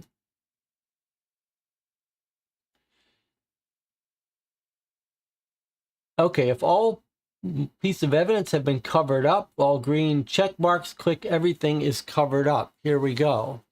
The password is finished. Is time up? No. In fact, we are going to be under the, well, actually, we will have taken 75 minutes in 4 minutes.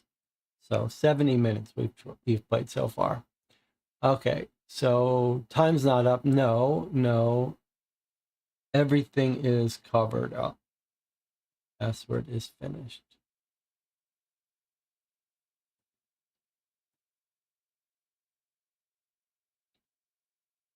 You've covered up all the evidence.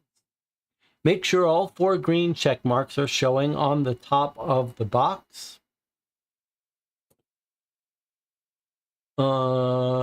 The ranch looks so different than it did an hour ago. Completely normal, which means you have done your job, you suppose. You see the tire tracks from where the photographer's car once was, the quiet hazard residence, the rocky field, and the ripped weather balloon. In the distance, you can see the trucks disappearing into a cloud of dust with the UFO in the back. There's something off about this, though. Sure, you're upset that you really didn't get much of a chance to examine anything alien, but why did Commander Carlyle seem to know the language? Why was the photographer arrested? Where is the spaceship really going? The commander, however, listens to a small radio and then approaches you.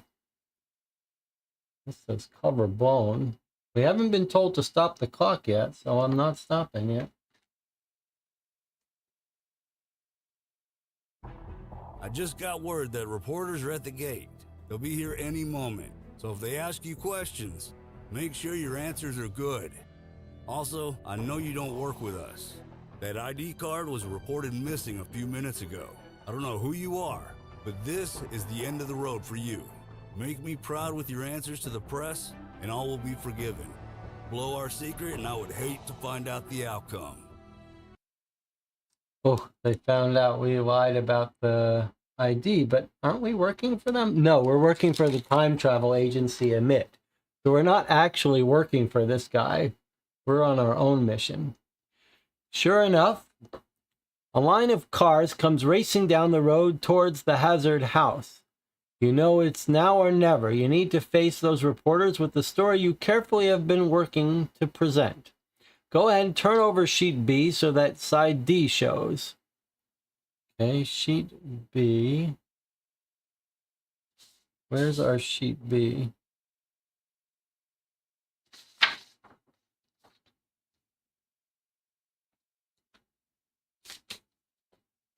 Okay, so sheet B was this. All right, so now we've got this. All right, what else? Also turn over card O so that N shows. Okay, O was this, so now we're flipping it over to this. Keep the 4 cards on top of the box. Fine.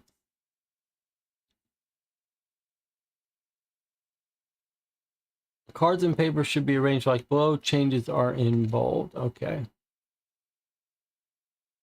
Time's up. No. Missing a page or a duplicate. Click here. Answer the question from the reporter needs 4 letters. We've only got 15 minutes left, guys, so we're kind of in a hurry here. We need to answer the reporter's question.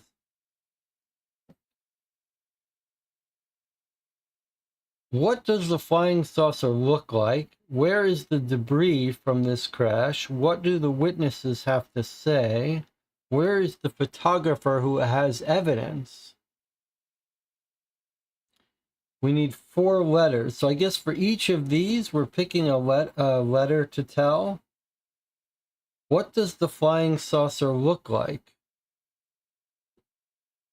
So here are all of our choices here, I guess. Shiny pieces of metal are across the debris field. They fold in unusual ways are unknown. Evidence B, a shiny weather balloon was misidentified as a UFO. Photographs of the UFO are for sale. There's a large circular UFO on the ranch. The debris field is empty. There's no photographer or pictures, just tire tracks leading away. Large number of rocks are scattered across the debris field, making them look like metallic objects from a distance. The Hazard family revealed the complete story to the press about the evidence in question. They saw strange lights.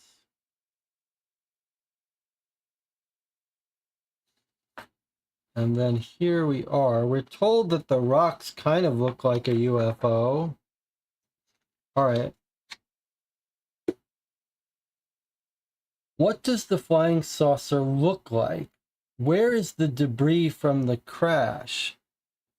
What do the witnesses have to say? And where is the photographer who has evidence?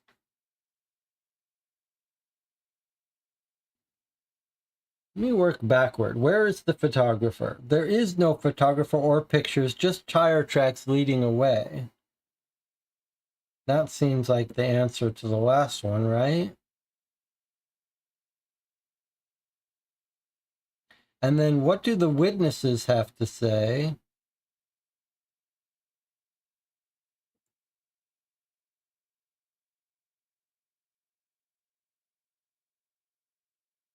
They're silent and not talking, I guess.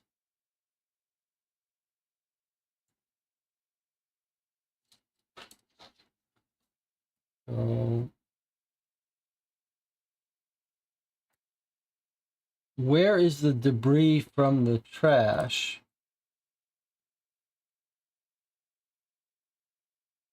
It's not that it's empty, right? It's got rocks in it. So we don't want to tell him this. A large number of large rocks are scattered across the debris field, making them look like metallic objects from a distance. So that's obviously what we want for the where the debris. Sounds like we're going to spell a word here. Okay, and then what does the flying saucer look like? I guess what we're going to say is a shiny weather balloon was misidentified. So it seems like B. What is it? What does the shining flying saucer look like? It looks like a weather balloon. Where is the debris? It's really rocks. The witnesses are silent and not talking. And there's no photographer, just tire tracks. Right? This doesn't really seem like a hard question. Okay. Answer the reporter's question. Okay, B, L, E, D. You answer their questions. With each answer you give, you can see their enthusiasm fade. Is it just another weather balloon? It's just another weather balloon? The debris field is just rocks? There's no photographer? The owner of the property isn't saying anything? You can see instantly that they believe it's all a misunderstanding. One of many copycats from the flying saucer chaos here in Roswell. They poke around for a bit, but slowly filter out and away. You search for Commander Carlisle, but he's nowhere to be found. It's like he vanished into thin air. You do see Mr. Hazard, though, behind his screen door, watching you closely. Then, ever so slowly, he inches out to you. Uh-oh. What's this about?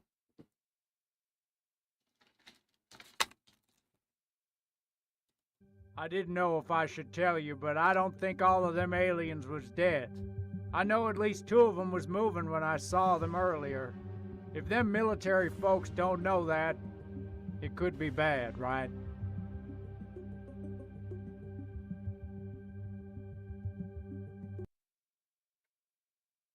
If they don't know it, they're going to find out when they open that thing up.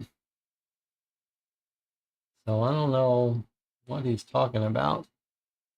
You flash back to the moment you thought you saw the finger move in the spacecraft, and you know he's right. Commander Carlisle has to be warned of this. You look again for him, but he's gone.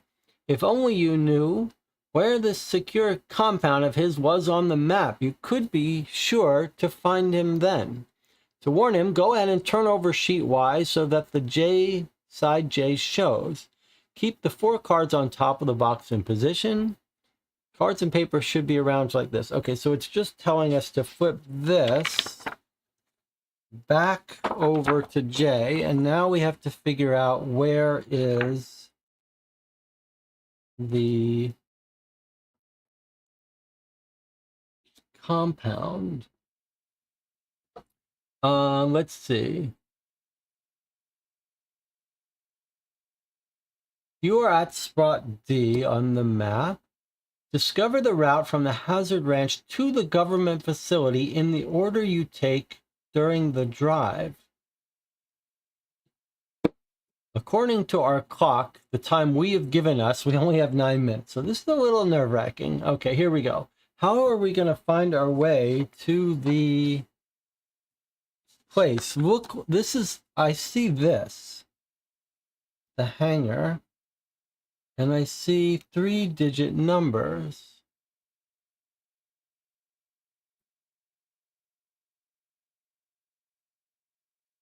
Find the routes needs 7 numbers.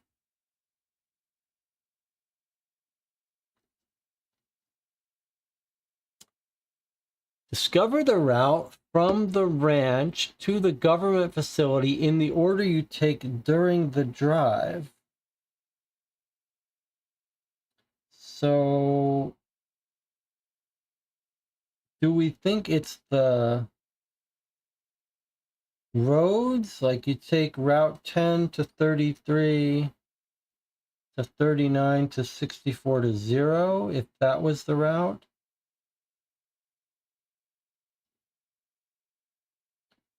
1, 2, 3, 4, 5, 6, 7, 8, 9, 10, 11. 7 numbers. 77 is 2, 3, 4, 5, 6, 7, 8, 9. Or 1, 2, 3, 4, 5, 6, 7, 8.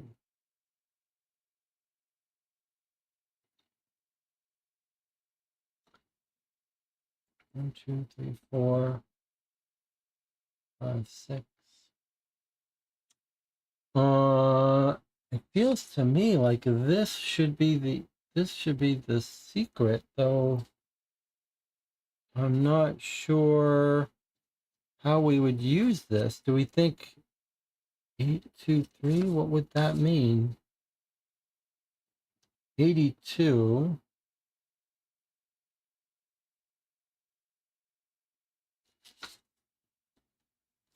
This one's in white. This one's in white.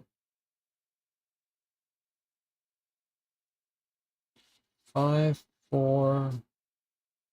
I mean, it is interesting. Look, 5, 4 is 5, 4 in reverse.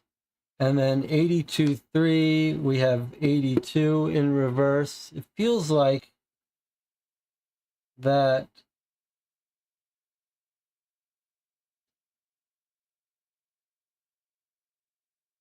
some of this, if they feel related, let's see.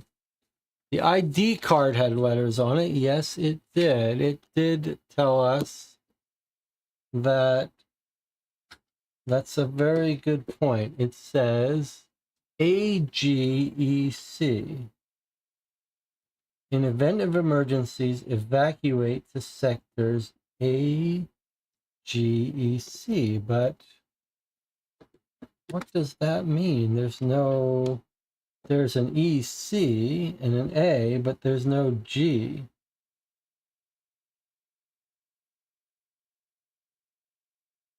And then there's all of this.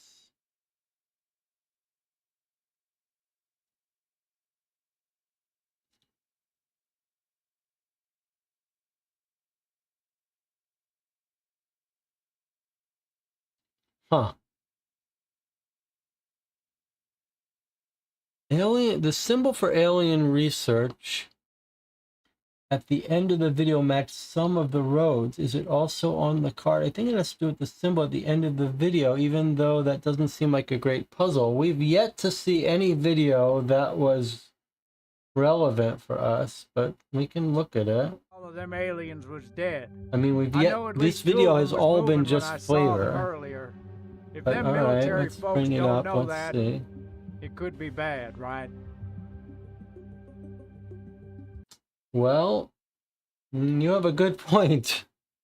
Okay, that's a very good point. That Department of Alien Research looks exactly like it's pointing to here, right? Look.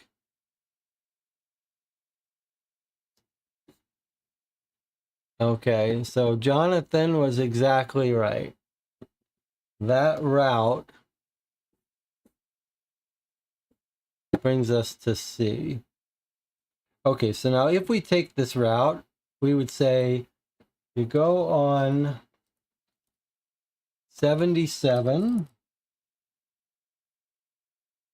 then on 39, stay on 39, then 64, and then 0. And that is 1, 2, 3, 4, 5, 6, 7 digits, exactly as expected. Well, that's tricky that they use the video. Good eyes for Jonathan.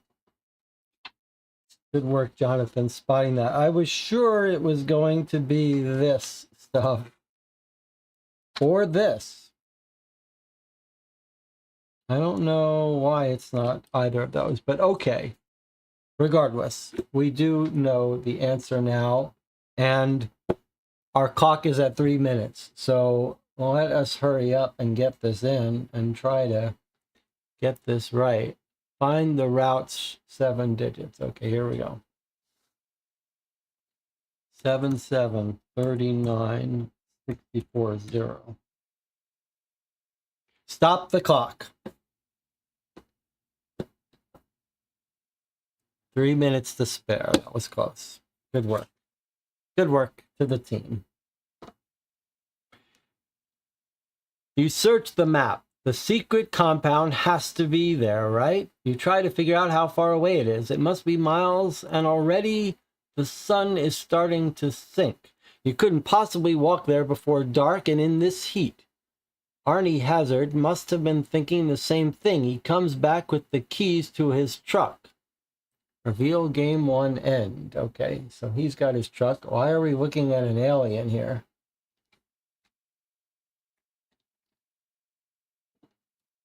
All right, here we go. Borrow my truck and go find them. You saw the crash, but you didn't see the things in the ship like I did. I can tell you one thing. They didn't come in peace. If the commander takes them back to that government facility and they get loose, people will die. Whoa, they're gonna get loose? At least we know one thing, right? We aren't alone. Not one bit. They didn't come in peace, he says. I don't like the sound of that.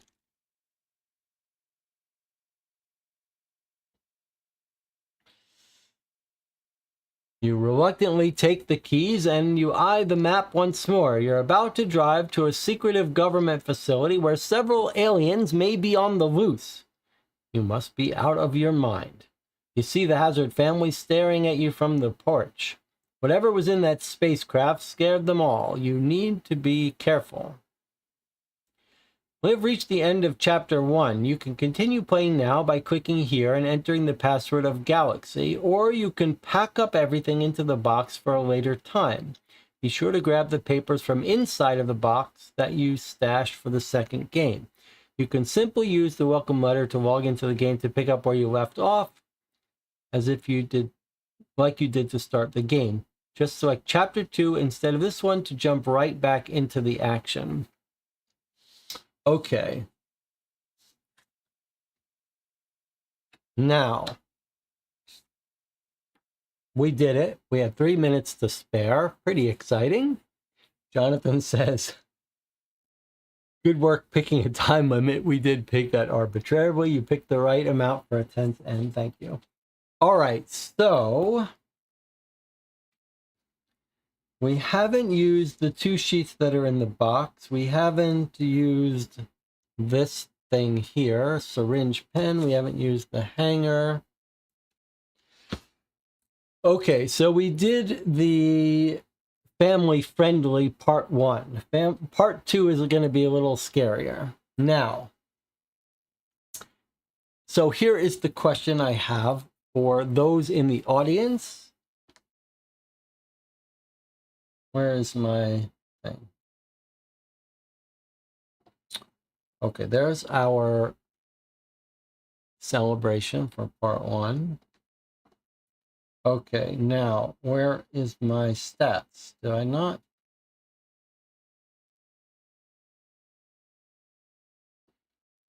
No, that's not what I wanted, although it is interesting to look at this. Okay, so it looks like only Jonathan and DJ are actually still with us here. How do I get rid of this? Why isn't that going away? Oh, it's because of the scene we're on. Okay, I was trying to bring up the YouTube chat. YouTube says 8 concurrent viewers, 5 likes. All right, so we've been playing for 2 hours and 24 minutes. It's 2:39 a.m. We have plenty of time to finish this game now, and if it takes us another 2.5 hours, that would have us finished by 5 a.m. or so. But I offer you the choice now. We could either stop here or continue on to Chapter 2. Jonathan, what say you?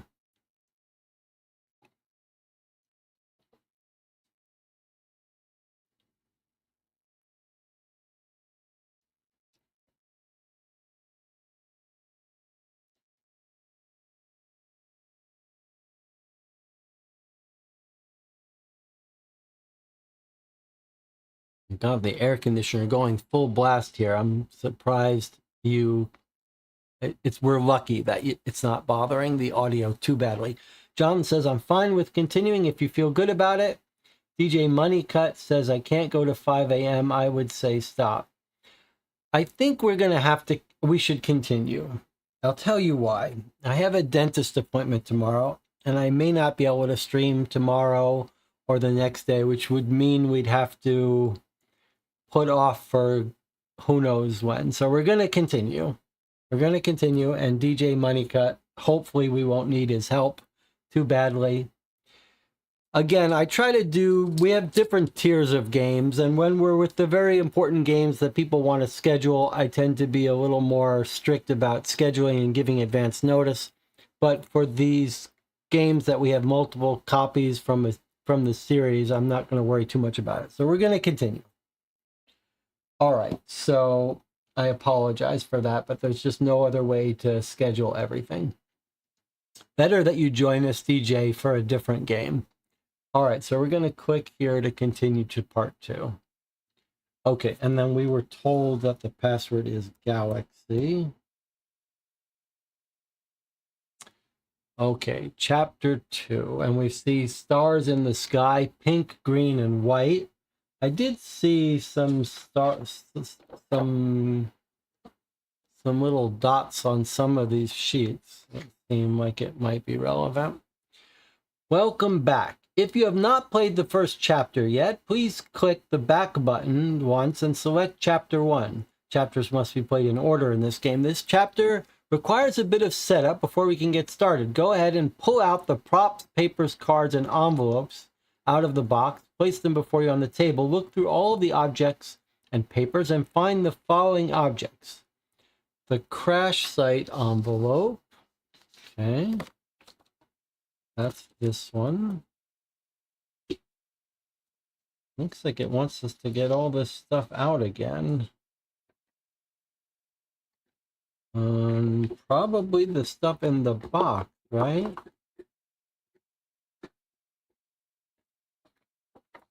Let me just put this over here in case we need it. Okay, and on sheet B, why does this sheet not have a letter on it? Okay, that's why.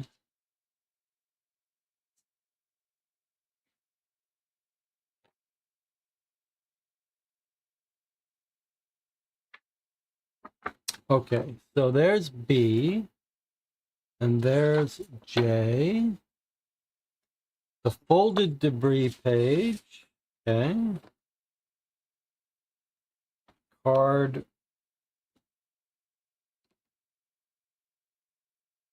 1357. 1357. Okay, that's these, which we've already flipped. I'm going to leave them on this side for now. Card M and O. That's M and O, all right. And then the disc. Maybe it's going to have us put these aside. Yes, okay. Put these outside. They're not needed anymore. Okay, good. And we don't need these anymore. Okay, fine. Okay. Use the picture to help you find everything. All right, so all of those got put aside. I like that. That's nice. And that means we don't need that one either. Okay. Now, open up the box. Place it in the game space with the lid open so you can see the pictures inside.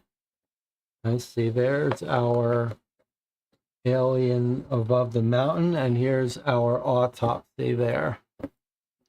Images in the box are very important for this chapter. Make sure the box is always in view. Keep the box open and on the table so you can see the artwork inside. Okay, so let's just put that over there like that. Good. Okay, just remember there's a little spaceship there. All right. Finally, the remaining envelopes, items, and papers are ones that you will need to play this chapter. Go ahead and place them on the table before you, right by the open box. Some of the papers need to be turned to a certain side. Okay, we've got our box. We've got the hanger envelope, which is here. We've got sheet A, sheet F, sheet H, card K, the ID card, and the syringe pen. Okay, and presumably, oh, and the crash site it had us throw away. Okay, so we've cleaned our workspace.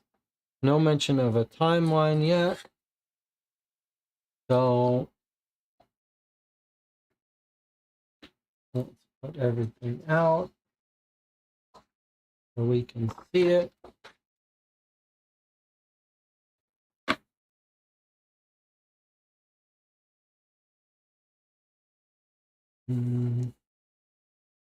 Okay. Good. Everything is visible now, including the syringe pen, which says Dr. Patrick Warburn and has a bunch of numbers and an atomic symbol here. All right, so there we have it. Autopsy, saucer, blueprint, the alien language, a whole bunch of recovered guns from the ship. That looks pretty cool. And a secret unopened hanger envelope with some codes on it. We still need our ID card and the syringe. Okay. Continuing. Make sure they're all facing in the right direction. Okay, they are, except where's that? Ah, I see. We also needed this one here. Okay. Good. Thank you to the Patreon supporters for helping to pay for the new good camera. All right, are we missing anything? No. Objective, place the papers correctly, password galaxy. Okay, so we're ready to go. We're going to take a break before we start this chapter 2. I'm just going to get us ready for it. All right, let's read the introduction, then we'll take a break. You are back in time. Remember, we're part of the time traveling people. We're not sure. We're trying to learn what all this has to do with this jewel we discovered. You're back in time in the year of 1947 near Roswell, New Mexico. You just successfully covered up a flying saucer crash from the press. The military were at the ranch of Arnie Hazard, and they helped you to pay off the rancher and took strange pieces of metal with them to examine them. A few things bothered you, though. A photographer with pictures of the crash was arrested and taken to a secure facility, as was the wreckage of the UFO. The rancher pointed out some of the aliens in the craft are still alive, and you know you need to warn the commander. Not to mention, you want to examine the find as well. Unfortunately, your cover with them is blown, and they're off to a secure hangar. You won't be able to just waltz in, but you're going to try. It's night by the time you arrive, which makes the whole situation all the more eerie. This secure facility is certainly named correctly. A large hangar sits in the middle of the desert and is surrounded by high fences of barbed wire. Lights flash here and there, and some guards strut around with weapons. It was almost as if this hangar was designed to hold a secret from the public. And you know that the UFO you recovered and the bodies are probably behind those walls. You eye the guards and try to figure out your best course of action to get inside. It looks impossible. You're going to be stopped even if you can get past the fence. That is, until you hear a familiar voice. It's Commander Carlyle. It appears he's left the hangar and is quite the argument on the radio. So he's having an argument with someone. Let's see if we can hear what's going on. Headed towards the hazard property? Are you saying that they know we have the saucer here? And they're coming back for it? We're heading over. I wonder whose they is. Remember, the other aliens were looking for this ship as well. You try to catch his attention at first, but curiosity gets the better of you. What secrets does he know? Maybe you should skip talking to him and get into the hangar to see for yourself. The gate swings open and Commander Carlyle pulls out, followed by a handful of trucks as the guards follow him.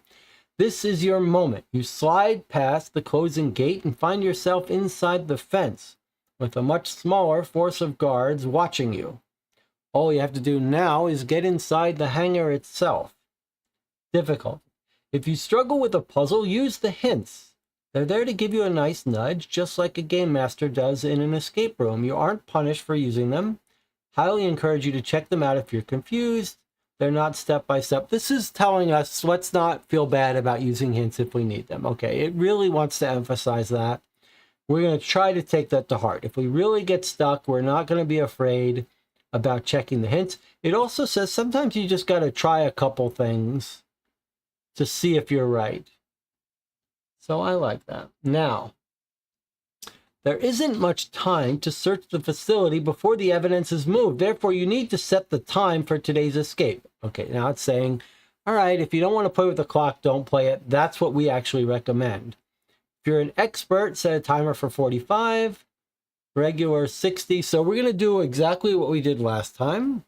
We're going to set it for 90 minutes, which is double the experienced timer. Normally we multiply by 3, but if we... Yeah, okay. You can set a cell phone timer, keep track of the time on a watch. All right, I haven't started the clock yet, but I set it for an hour and a half. Make sure you have items below. Begin to explore the game by clicking the link below. The objective tab, the password is Galaxy. You will need pen and paper. All right, start the clock and begin the mission. Okay, so we're going to take our next break here a little bit early, but seems sensible for the beginning of this next mission. I'll see you in 8 minutes.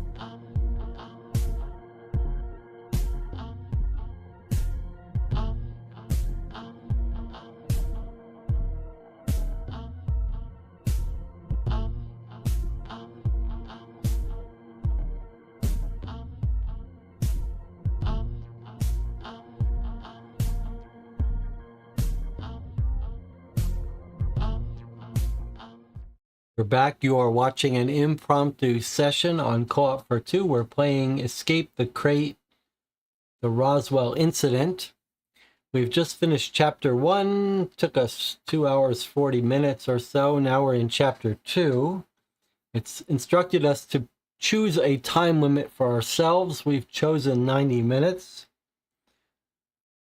Before we start playing, I want to show you something that a YouTube set of 2 YouTube videos that I stumbled across yesterday that really cracked me up, but they're a bit crass. So don't watch them if you don't want an adult black humor type of thing. But I'm going to show them to you because I thought they were quite brilliantly written. And here they are. It's Wonder Woman and Robin. Wonder Woman has sex with Robin, which was recorded 11 months ago, and then this new follow-up episode, Wonder Woman has sex with Robin again 1 month ago. All right, so there's something quite... well, I don't know how to describe it. Don't watch it if it's going to upset you. But occasionally I'll watch some humor, and there's something about the writing that feels like it's from a different kind of mind. And this was one of them. Okay, but you can watch it after we finish playing. All right, we're all set up. Let's close this. Let's. I don't want to play it because I want you to. I don't want to. You can watch it on your own. All right, we're ready to start the clock and begin the mission. Here we go. Password Galaxy. Okay, I'm starting the clock now. You dart down the road and toward the hangar. It's dark out, but you still shrink into the shadows whenever you get a chance. Only a few guards seem to remain, as most of them appear to have left with the commander. You can't imagine what would be more important than a recovered UFO. Nevertheless, you get close to the entrance to the hangar when the door slams open and a form approaches you. At first you fear it's a guard, but you realize it's someone else. It's that photographer from the ranch, the one who was arrested by the commander. Say, what now? Who is this woman? And how has she... What's going on? How is she escaping? You again. You didn't make those soldiers very happy earlier. Lying about working with them during the cover-up? I heard them talking about it while they were waiting to interrogate me. They just got up and left a few minutes ago, so I'm gonna make my escape while I still can. Can you find these handcuff keys for me? Really, after getting me locked up in here, it's the least you can do. What was that? Subtitles were completely wrong. Okay, so this woman is not a photographer. She's another member of our time travel team, it seems.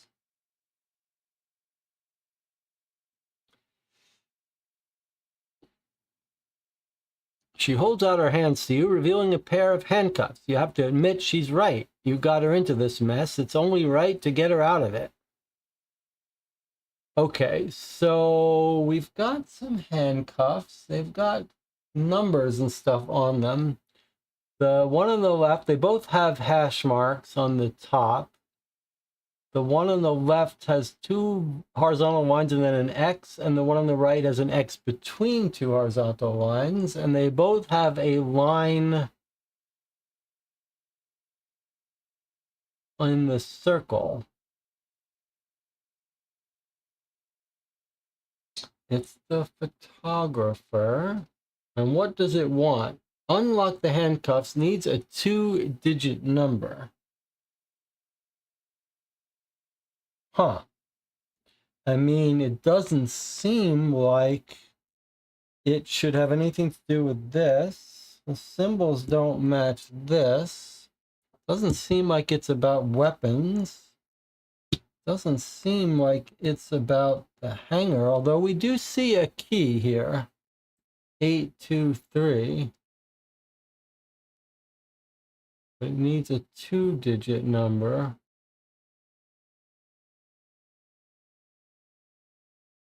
And then we have the photographer's statement. That's not supposed to be turned upside down, right? Well,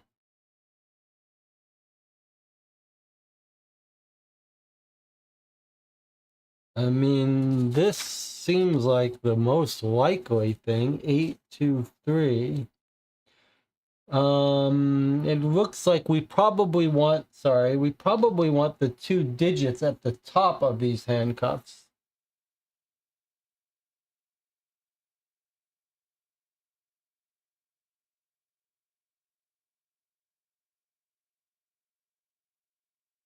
Hmm.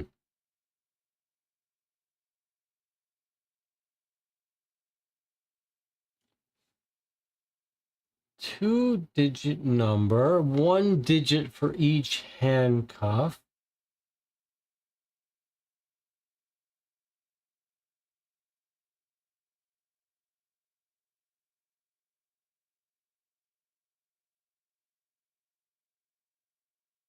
Hmm.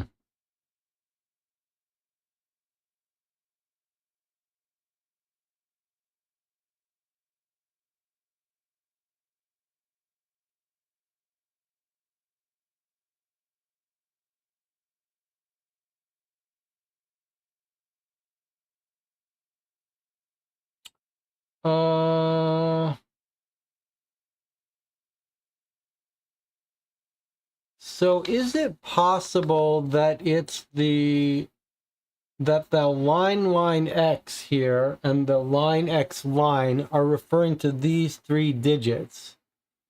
And so our left handcuff is the 3, and our right handcuff is the 2.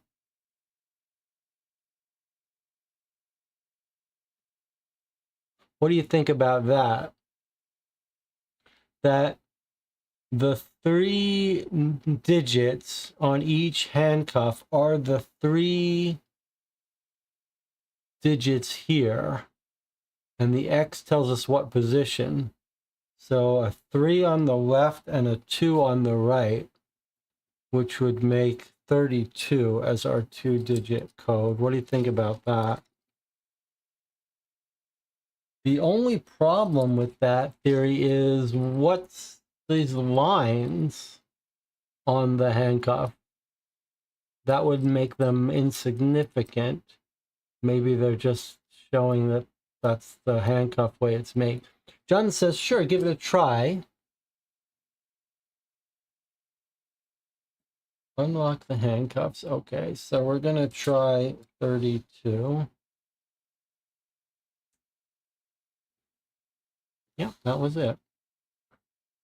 The photographer tosses them onto the dirt. She heads towards the door and into the depths of the hangar, but then looks at you for a minute and seems to reconsider. She reaches out for the camera, the only one that she left at the ranch. The one she left at the ranch. You can't believe your luck, you still have it.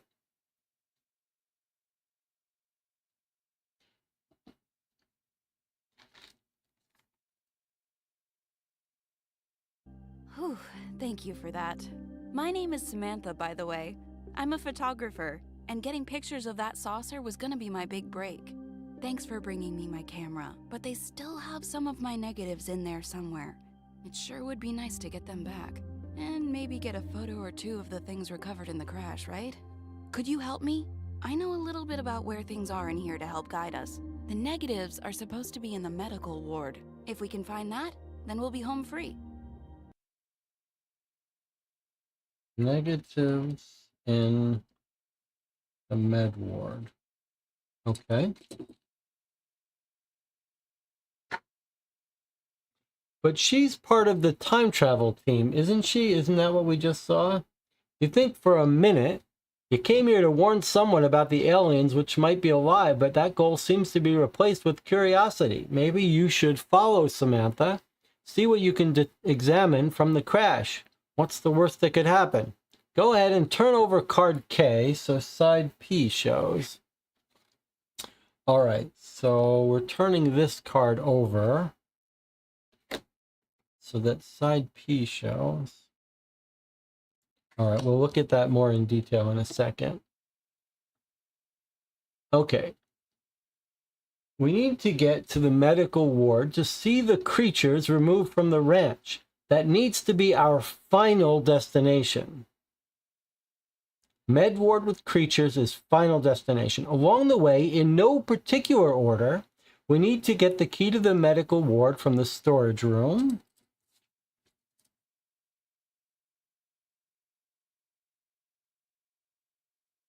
We need the key to the med ward from storage. Okay. We need to disable the alarm in the security room. I like how it's letting you do these things in any order you want.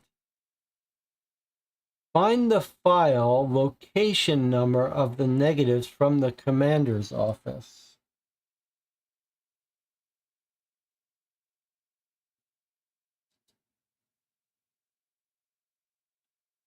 Location from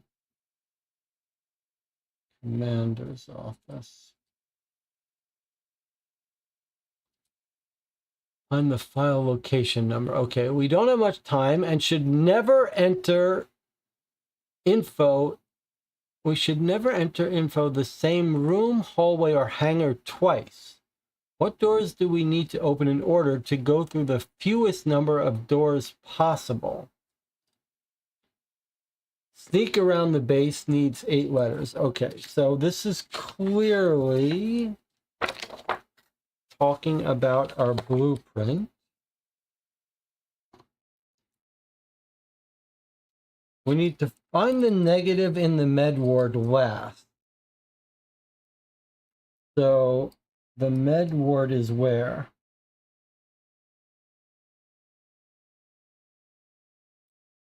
I see it goes with this.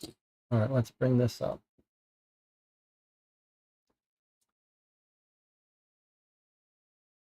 Okay, so medical ward is hangar 1, which is right here.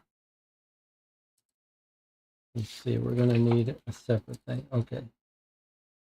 Med ward is hangar 1. That's where we want to be last. The rest of the places, we can go in any order. We need to go to storage to get the key to the med ward. We need to go to security to disable the alarm. So storage is room 8. Security is room 7. And we need to go to the commander's office, which is room 4.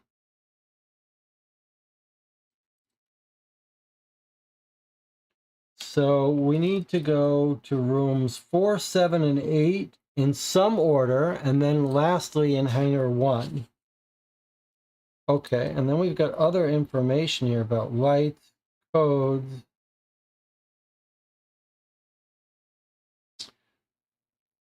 Okay. And we're in the entrance with the arrow. Okay, let's try to do something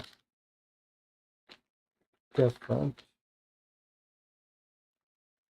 for fun.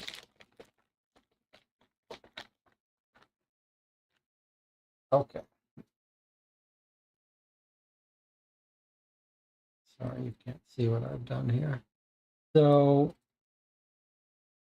we're going to say step 1, step 2, step 3, and step 4.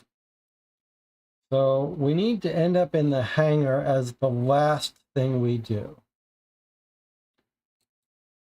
And it wants as our answer 8 letters, which are going to be doors we're walking through. So I guess we are starting. Oh, maybe we don't need for that. Okay, we're starting here. We need to eventually go in some order to room 8, which is storage. Well, that looks like it's going to be the second to last move here. We need to go to security, which is room 7, which is there.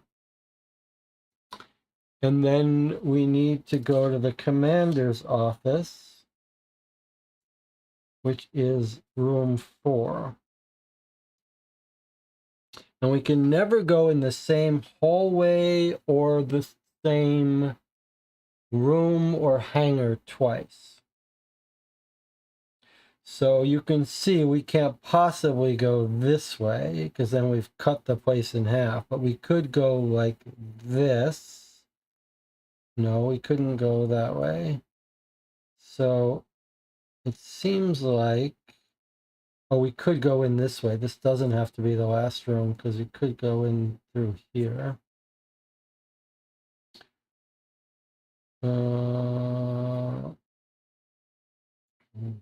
4. Does seem like logically this is the last room we would go through. So here would be one way we could go and not go through anything twice. We go down here, we cut across here. But what's the fastest way? But let's just see. If we did it this way via letters, we would go J, D, I, no, J, then B, then O, then I, then H,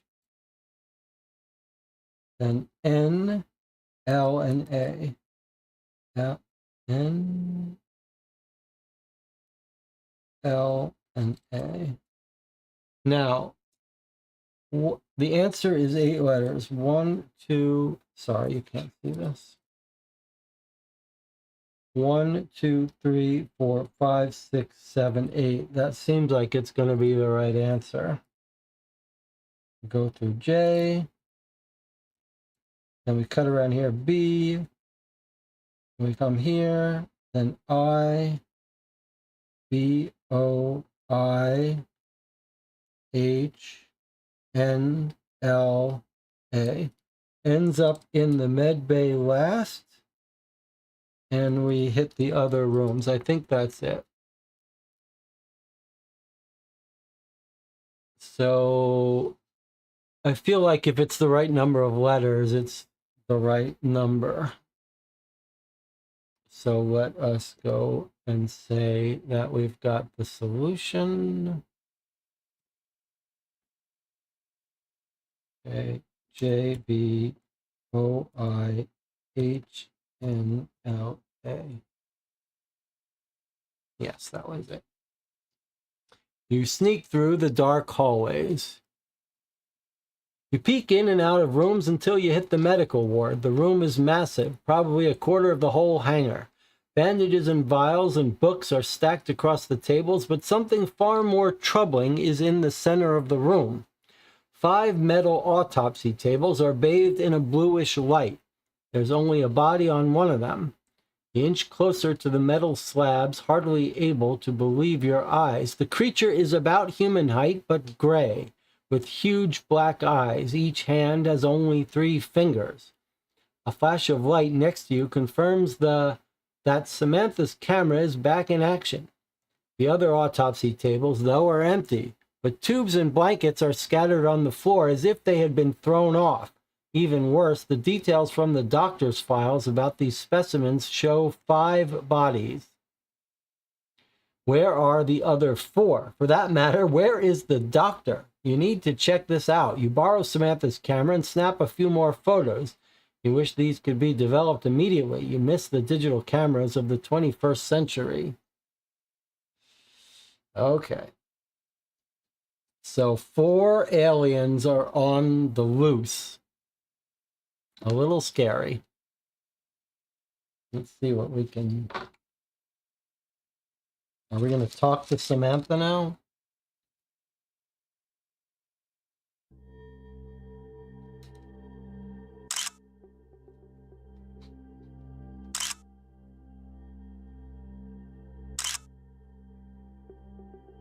Green seems to shimmer.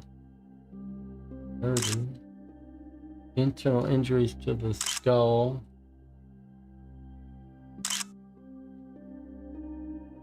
Large cut. Okay, well, we're gonna have to go back a little. All right, let's see. This is kind of. All right, let's see. All right, so let's make some notes here. We've got on his hand, we've got his 3-fingered hand has a lightning bolt on it, which is green. And then he's got a splotch,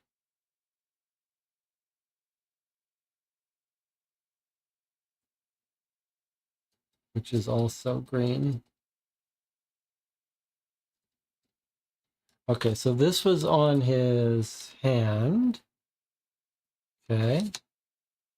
Next note is that blood from specimens is green and shimmers.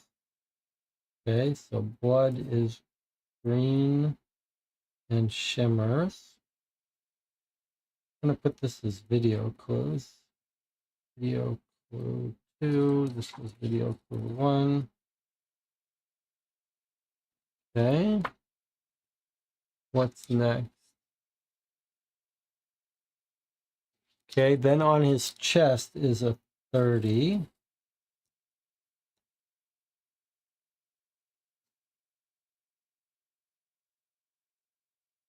Okay, so there's the 30. So video 2, 3. Seems like they might be done with this for now.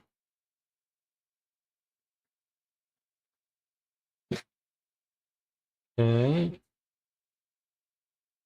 What's our next clue? Internal injuries to the skull, such as infections, sometimes are referred to as Region C.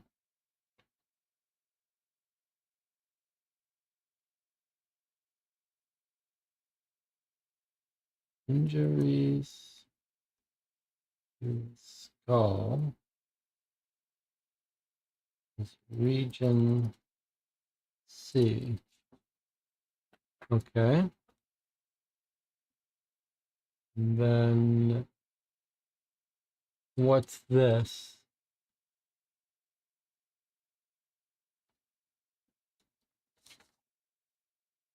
It matches the inside of the box. Specimen has a large cut in the shape of lightning bolt from trauma. That seemed like the one we saw on the first hand. That seems to be it.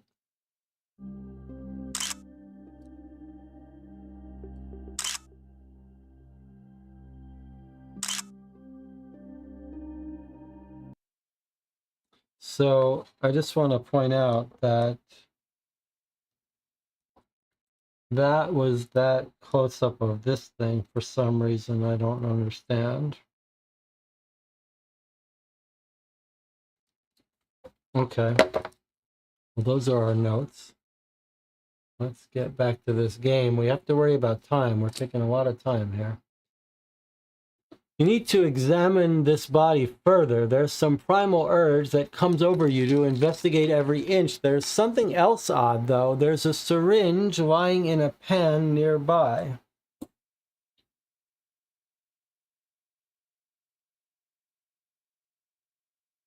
A note next to it reads, to use it to revive specimens. What does that mean? You need to find out what is in that syringe as well. You have multiple things you can investigate now. It's up to you as to what to look at first. Go ahead and open the hanger envelope now and pull out the 4 cards inside. Turn them so R, S, T, and U are shown. Okay.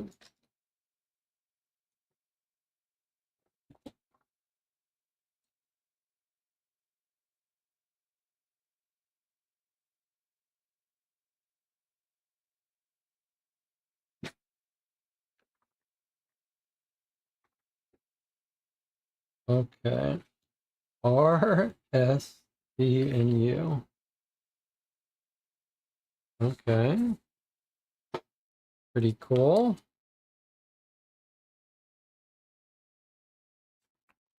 Probably we don't need that anymore. And there's our syringe. Let me give you a good look at the syringe so you know what it is, what it shows. Where's my other cube?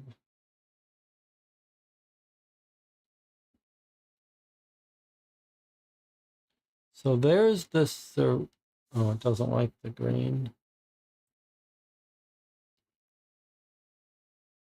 Patrick Warburn, it's number 4, question 2, question 7. Let me write that down. Number sign 4. That is a question mark, right? Question, yes, question mark 2, question 7. Question mark 2, question mark 7. Okay. Let's look at these cards here. So here's Patrick Warburn with 6 that match here. So it looks like this is A, B, C, D, E, and F. These are in correspondence with this. All right, let's see. Solution A, resting heart rate of the specimen. Solution B, heart rate divided by body mass. Solution C, color of blood of the specimen. So we know the color of the blood is green. That's 4. So we know what the letter C is. So the letter C we know now is a 4. And then the way to get B is the heart rate divided by body mass. And the way to get A, we already know. Resting heart rate is a 4. So we know the resting heart rate is 100 beats per minute. We don't know B. We have to calculate it. We know C is green. And we need to find E and F through some other means. Okay, let's look at this. Specimen 4 has an infection in region C from internal injury. We're told region C is the skull. Specimen 5 has a bruise in B2. We do have a little map here, but we don't know where B2 is. Sustained from crash. Specimen 1 says missing A7 from the body. I want you to see that we do have some of these locations. A7 looks like he's missing his right foot. Has not been recovered. Specimen 3 has a large cut in region A from trauma. Okay, so remember that this was, no, it was the, we were told, oh, I didn't write it down. All right, let me go back to this. It was in his hand, the lightning bolt was, we were told what region that is. So let me just, specimen,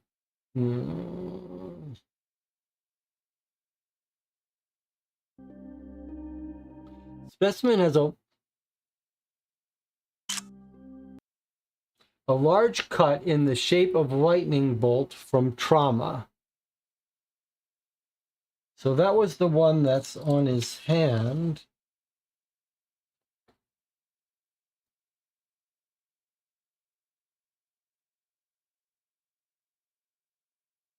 So I think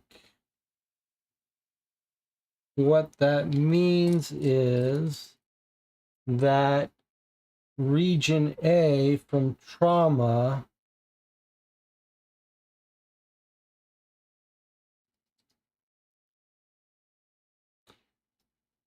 is his right hand. So I think what we're being told is that we're trying to label some of these locations. And you can see from that photograph that that is right hand, which is region. All right, stop, guys. Stop. So this tells us that to match up the right hand with region A. So that's going to be region A.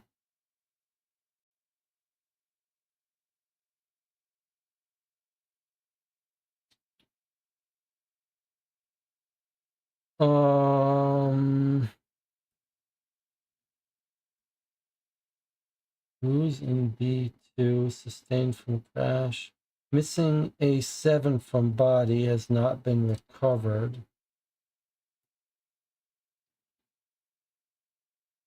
I think I'm getting this right, but maybe we'll have to return to that. Okay, let's look at this thing. So we're told that we can get the letter B by taking the heart rate divided by body mass. So let's take a look. Body mass curve.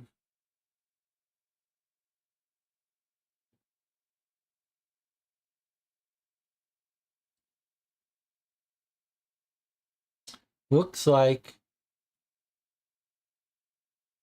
solution F is just a 7. Oh yeah, 7. That's what we have here already. Okay, what about E? E is the height in feet. And we're told here that the average height of a specimen is 4 feet. So I think we're being told that E is also a 4.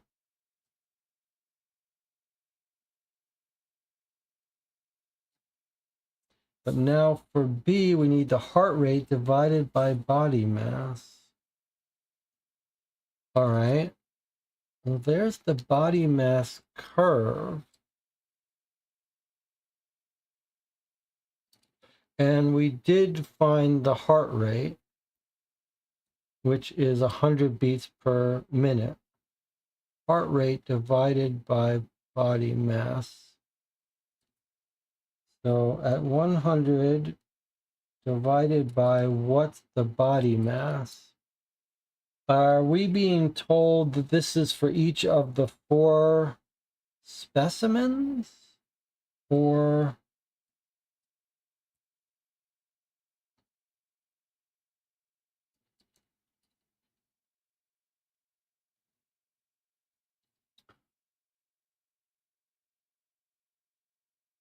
body mass curve?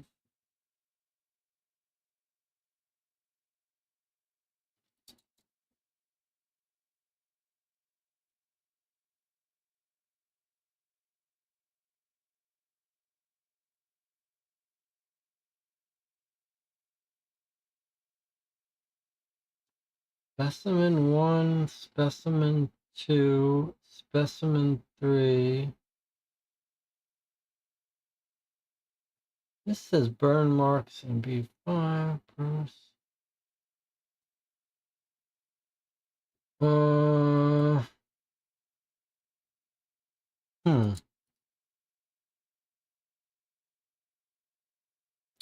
I guess this 3-0 might be 3.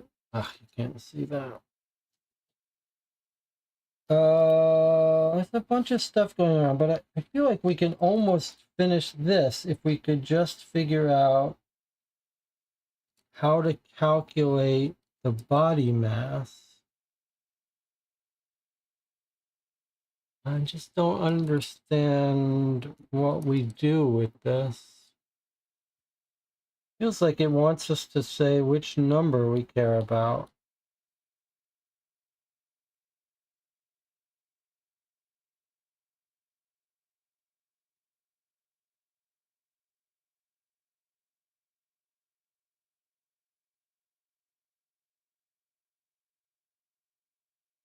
Um,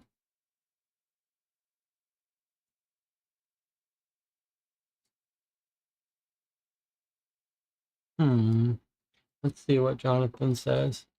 30 was on his chest, and 30 is one of the body masses. So I'd go with 30. Okay. That's a pretty good guess. I like that. So the question is, since it's 100, well, that's problematic. Because if the beats per minute are 100,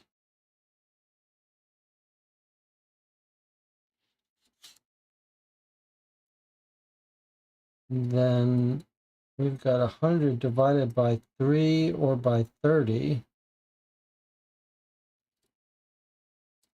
That gives us 33.3333333, etc. So I guess it's a 3 then. That's what we're meant to believe. 3. Okay, so if we're right in the way we've come up with this, we get a full code for the solution, which is 434247. 434247 is the solution.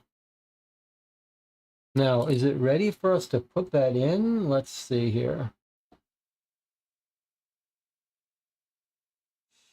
Examine the body needs 5 numbers. Examine the solution needs 6 numbers. Okay, so those are our 6 digits that we think might be the solution. So I'm going to click on the solution here and try 434247. Ugh, our first time wrong. So let me type it in again. 434247. No. Oh boy, now we're in trouble.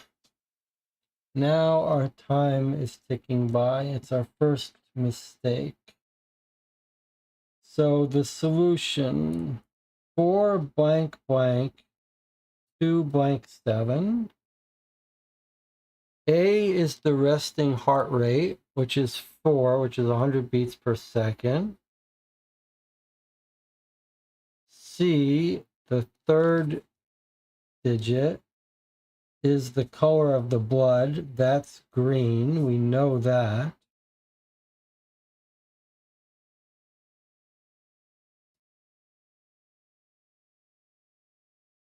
D, we're given as a 2 here.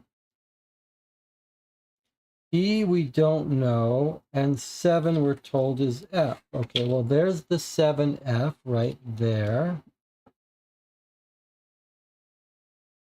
E was the height in feet of the specimen.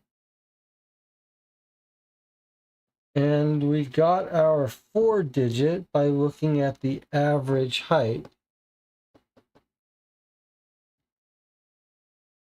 That seems about reasonable.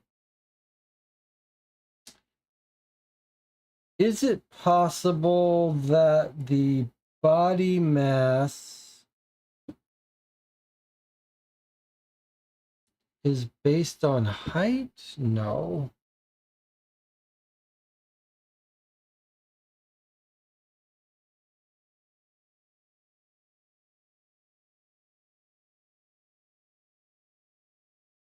Somewhere we must be being told the body mass, and we're not noticing it. I mean, I can give you a guess, though. Look, whatever it is has to go into 100. So it seems to me that a body mass of 20 would give us a digit of 5, and a body mass of 10 would give us a digit of 9. actually, a body mass of 10 would give us a double digit 10. So I think by process of meta-analysis, the only one that goes in evenly is this 20, which goes in 5 times, which would give us a code 454247. I don't know why that would be. I don't know what we're missing for body mass, but I'm going to try putting this in 454270. No, 247. 454247. Yeah, that's it. I don't know how we were supposed to get the body mass, but it's the only one that divides in evenly. What is this substance? Good work, Jesse, says Jonathan. Thank you. What is this substance that's being injected into the creatures? Does it really revive them? If it does, how would the doctor have known how their bodies would react? You suppose it's possible that perhaps these are not the first aliens that have ever been in this hangar. Samantha seems to agree. Okay. Another little interlude. These medical charts are full of information about these aliens. There's way too much information here to have been gathered in the last few hours. This is years of research to know this much about them. Whoa, that's How much scary. does the government know? We don't have time for this nonsense, Samantha. We're on the clock. Just get to the important stuff. Whether they've seen the aliens in this hangar before or not, you can't pass up the opportunity to see one for yourself and up close. You need to examine this body further. Go ahead and turn over card U so that side Z shows. Okay, where's our card U? Here. So here's our card U, and now we turn over to see this. Go ahead and look at the following detail to make sure everything is on the correct side. Okay. So now it wants us to look. These look like the same photos we saw before. Examine the body. It needs 5 numbers. All right. Maybe this is a different video. Let's see.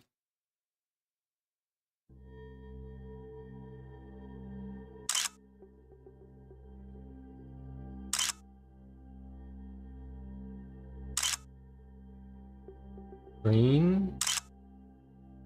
30 on his chest. Region C.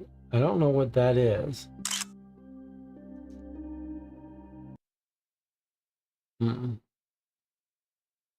We need to zoom in on that? Not really. I mean, we could if I took a screenshot. I don't know what we're looking at there, though, in that weird magnifying glass, although it's duplicated on our box for what it's worth. Okay, but now what on earth does it want from us here? We're going to examine the body closer, and it just says our goal is to examine the body 5 numbers. And it's had us flip this card over.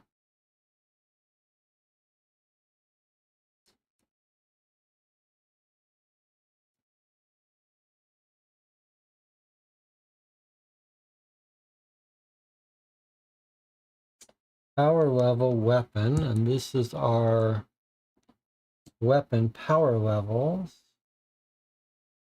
It seems like this probably wants us to do the autopsy thing, don't you think?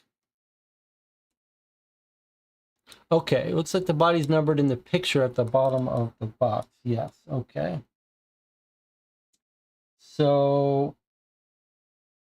are we trying to match up the numbers?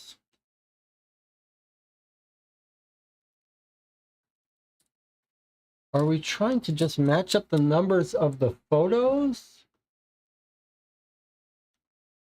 Jonathan says we need to, what if we need to pick numbers in the order they're mentioned in the video?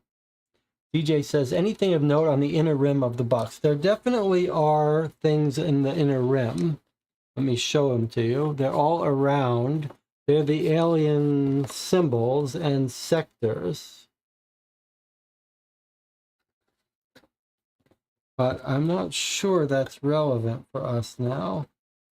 Okay, so if it wants 5 numbers, are they the order here? Let's see. So if we look at this, we've got the head and then the right hand.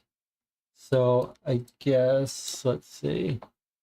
So that would be 6 and then 7. Let's just see if there are 5 things here. Do we think we need that too? Okay, then the chest, which is labeled as 30.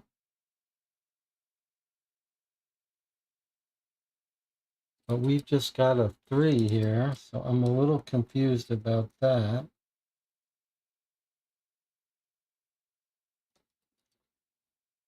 Okay.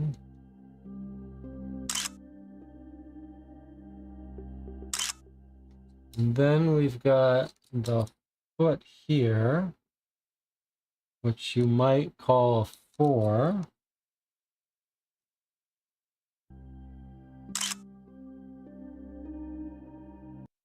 Well, that's problematic, but that's problematic because there are only 4 pictures and it wants a 5-digit number. Although if we use the 0 for the chest, we would get 5 digits. Doesn't seem right, though.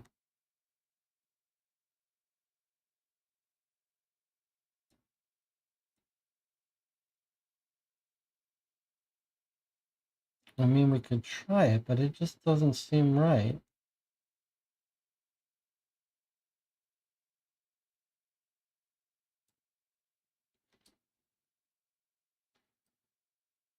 Examine the body needs 5 numbers. I mean, should we just try the simplest thing before we spend time? Jonathan says, okay, let's try it. I agree. So the only thing that's different is I'm going to put in the 30 for the chest. So 67304.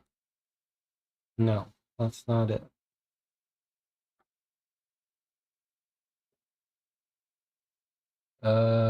Let's see. Can I go back without breaking this whole game? Yes. Good. It does seem like we're going to be picking numbers out here. We get to examine the body. How strange.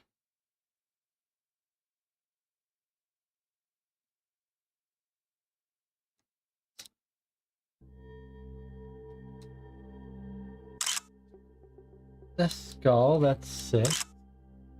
That's the right hand, that's 7. And then hold on.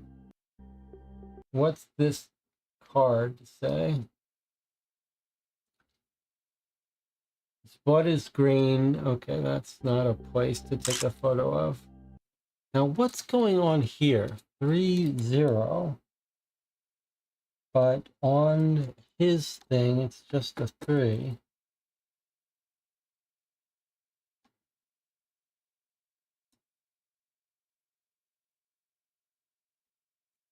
Okay, let's keep going. Now, what does that say? Sometimes known as C. That's just telling us about the head. And this thing we don't understand, but according to this, it's looking at his left foot, which is a 4.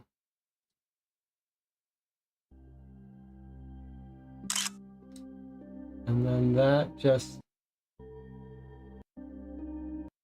That just says he's got lightning bolt trauma. How strange. Now, we do have that map here.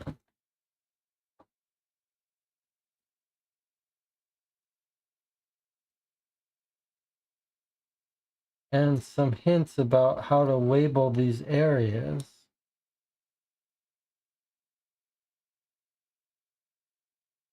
I don't know why these are different from these numbers.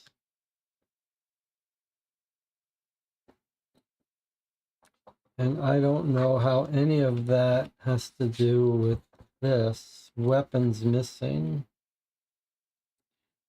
1, 2, 3, 4, 5, 6, 7, 8.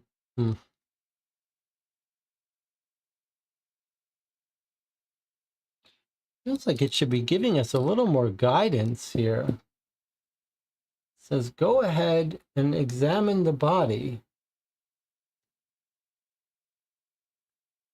And then it's asking us to examine the body. We need 5 numbers.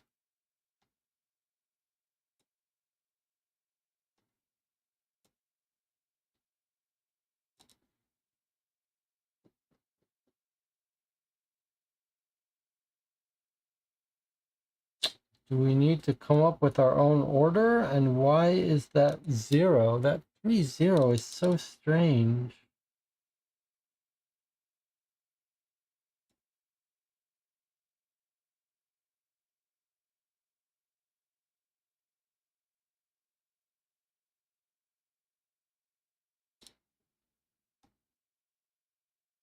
Is it an order that matters? How about the idea that we're supposed to be looking at these 5 numbers? But that can't be because these are from different specimens. So that doesn't make sense.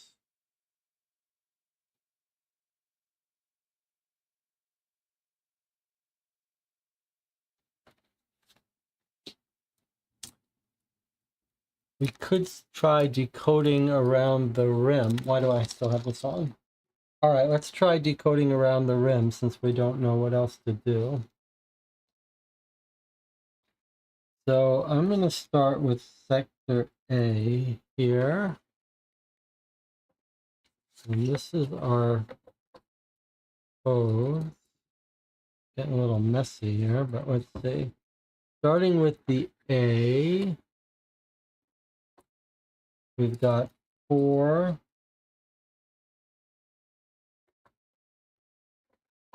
Then we've got alarm. Then we've got sector E letter. Then we've got and. Then we've got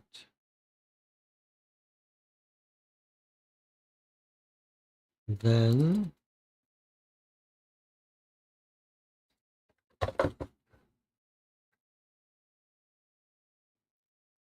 The next symbol is pillow. Then we have a G. Then we have a head.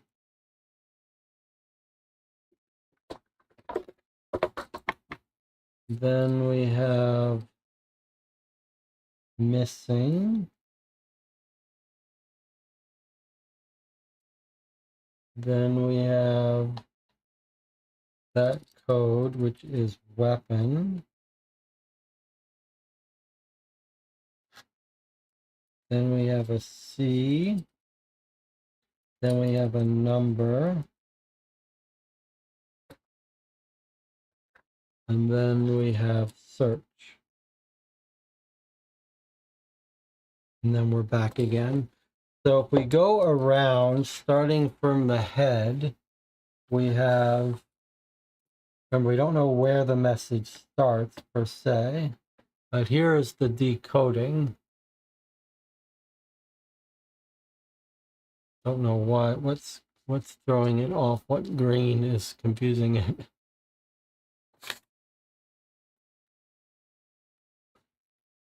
For alarm and then pillow, head, missing weapon, number, search. Start here. Search for alarm and then pillow, head, missing weapon, number.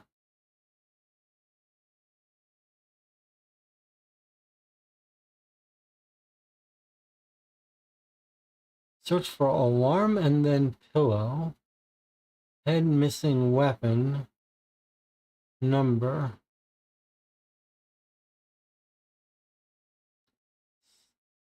Search for alarm, then pillow, head, missing weapon, number. So we do have, well, let's just see. Would that give us 5? Alarm would be 1. Pillow is 2. 3, 4.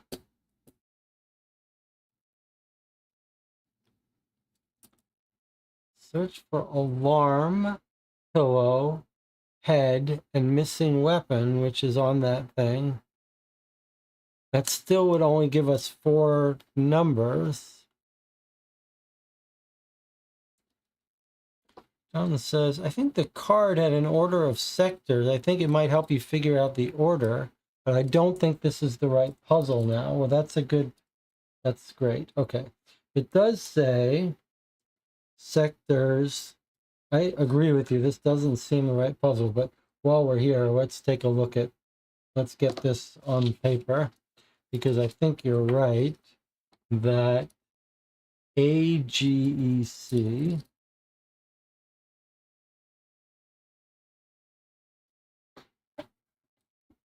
So let me just write that down here.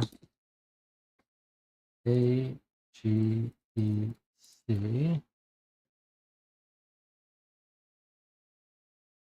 for head and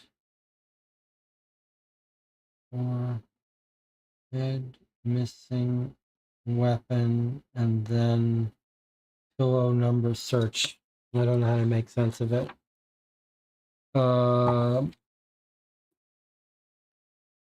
Even this puzzle, which I don't think we're on, I don't think I know how to use this to do this, but okay. This is going to tell us the missing weapon, which obviously we have to do for something. It feels like this puzzle about examining the body might have to do with this.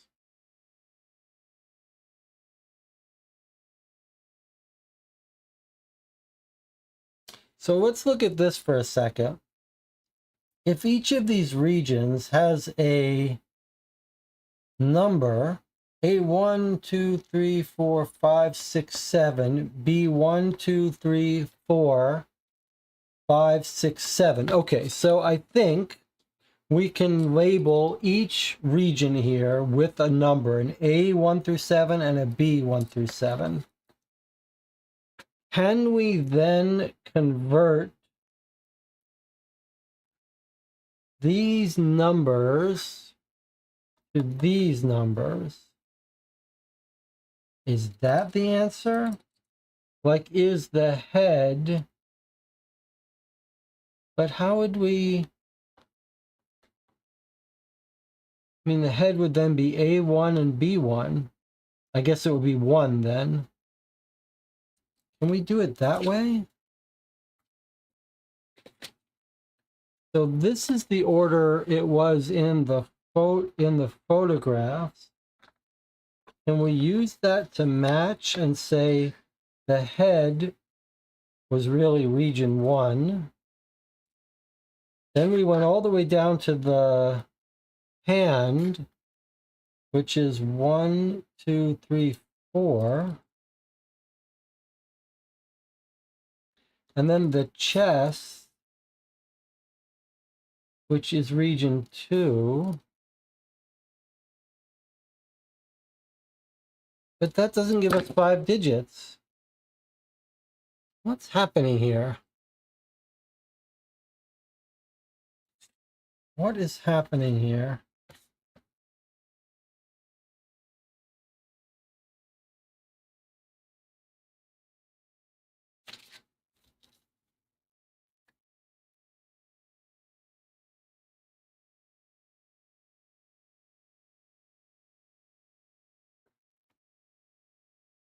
Why is this question so weird? Examine the body needs 5 numbers. What does that mean? DJ says take a hint. I agree. We don't normally take hints on this channel, but we are on a timer and we are in a lot of trouble. I think we're going to run out of time. Let's take a hint. Looks like aliens on the autopsy table at the bottom inside of the box. It also looks like cards R and S might help. Well, here is S, and R is no doubt going to be this one. Okay, so we thought of both of those. Don't forget the video of the pictures you took. How does this all fit together to give you a 5-digit number? It doesn't. More hint. Check out card S. It seems to describe all 5 specimens. Maybe we should look at them one by one in order. That doesn't make sense because those bodies aren't there. We considered that, but we ruled it out because those bodies aren't there. So how can we look at them? Is this because it wants us to figure out which specimen this is?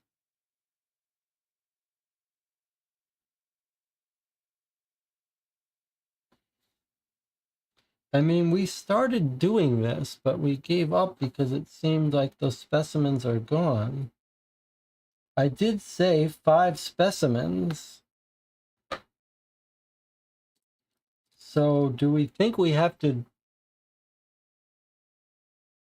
Specimen 1, missing A7, has not been recovered. So A7 would be the number 2 here.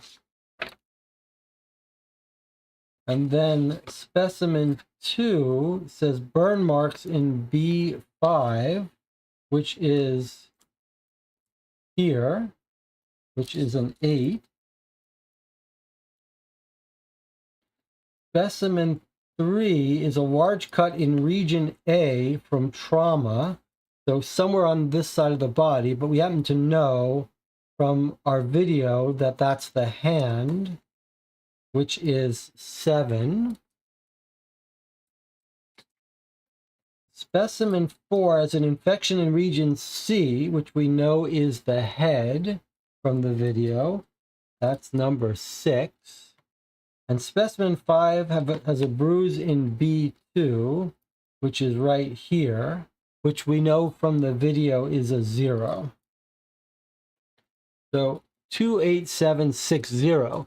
The reason it's good we took a hint. The reason we rejected this is because those bodies don't exist. So why would this number be saying where to look? But okay, doesn't matter. Examine the body. 28760. Enter. Okay, that was correct. We're going to do this, then we'll take a break. It has to be real. The green blood, the cuts and bruises. Samantha takes more pictures. You have to wonder how long it will be until these photographs will be passed on to every newspaper in the country. I thought she was a time traveler. I don't understand that part. For the briefest of instants, you are triumphant. The world will know about this discovery. Is that what we want? But then you remember the purpose of your cover-up, the idea of Emmett itself. You're not supposed to change history. Samantha gets your attention again. All right, Samantha, please make it quick. We're on the clock here. There's only 1 body here, but 5 were recovered. Do you think it's possible the other 4 creatures are still alive and walking around here with us? Yeah. Wait. Shh. Oh no. That's scary. Over there. Is that the doctor?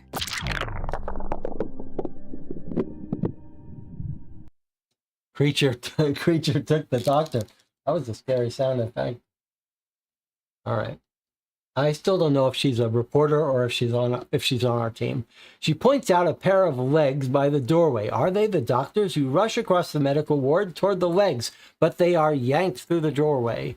By the time you reach the door frame, you see no sign of the doctor. A crash from behind a nearby medical bed does get your attention. Something rises up from behind it. The bed sheets must have been hiding it. It blinks a few times and then utters a high-pitched wail. You can't believe it. It is an alien. And it's quite alive. You look around in panic. You need to sound the alarm. That is why you even came to the hangar in the first place. You just hope the creature is not about to attack. Turn over S and T. Okay, there's S gets turned over.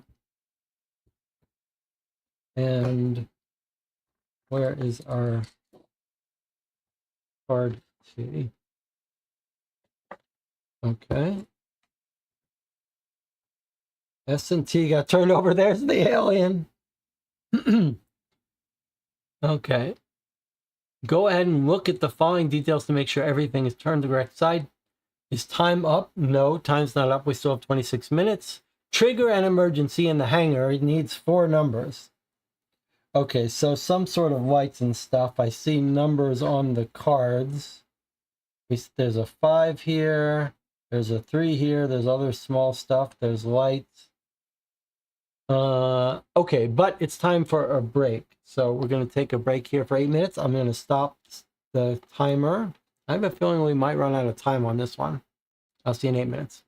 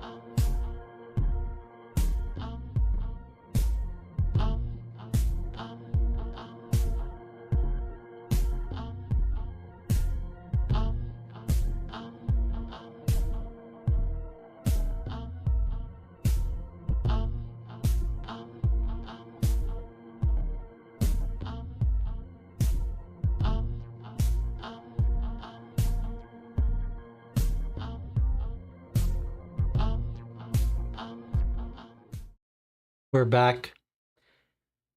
An alien has just captured the doctor's body and reared up on us, and it's staring us right in the face. A live, living alien who's got some weird eyes. Like one is red, one is off. Maybe he's got damage to one of his eyes.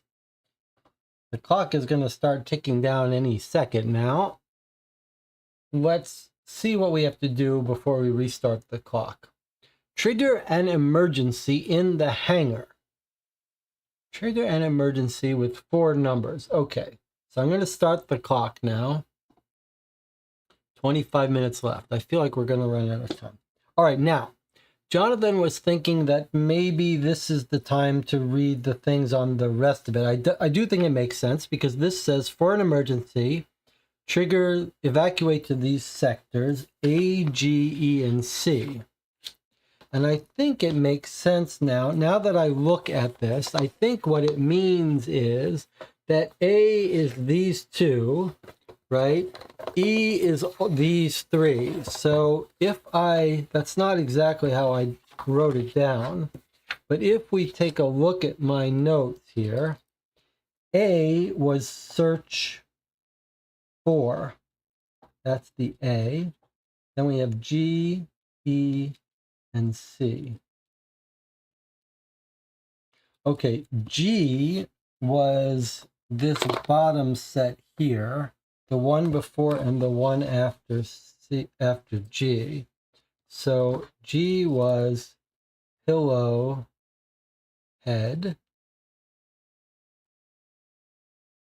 pillow G head, and then E was here, which was alarm and then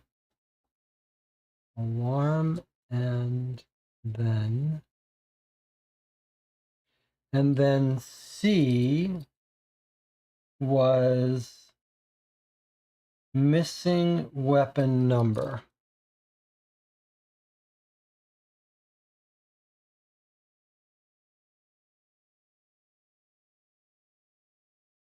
search for pillow head, alarm, and then missing weapon number. So what does pillow head, alarm, and then missing number? Search for pillow head. Make sure I got that right. Is that really pillow? Yeah, search for pillow head.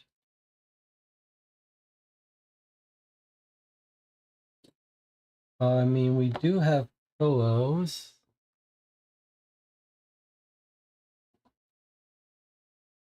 Pillow head.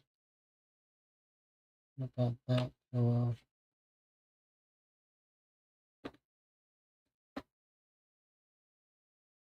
Is that a letter there? It says 4 numbers. Okay, so that's going to be a 7, right? That's probably pillow head is a number 7. We have 4. We want 4 digits out of this. And there's our 4 things, and that's our 7. Okay, alarm. Where is our alarm? Oh, here's our hint to look at our ID card. Okay, I like that. Search for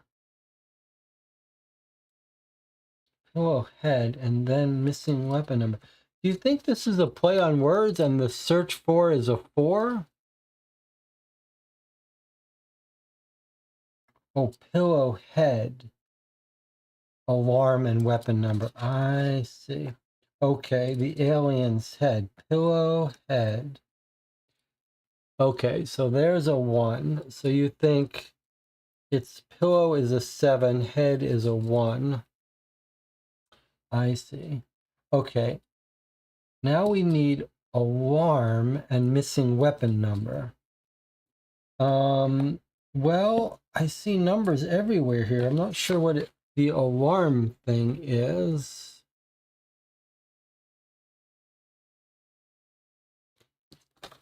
Look at this. Top secret lights. Code.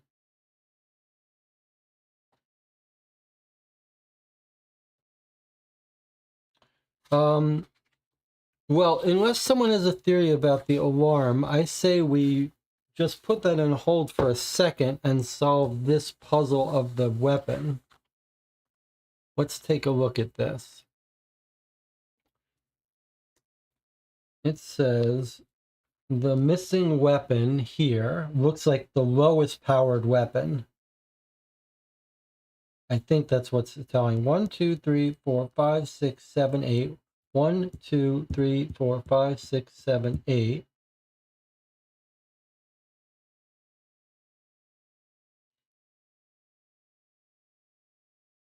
Recovered weapon. Well, 2 is missing. So I think it's 2 is our missing weapon, which is a 2. Pillow head, alarm, and missing weapon number. All right, so the missing weapon number is 2. Now we just need to know the alarm digit. Now what are we to make of the alarm digit? I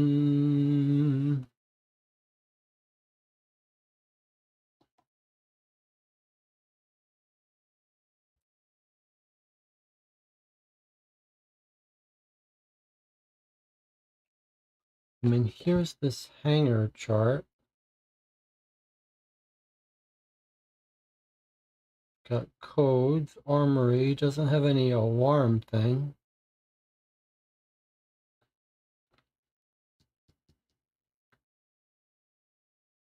Were we told something about an alarm?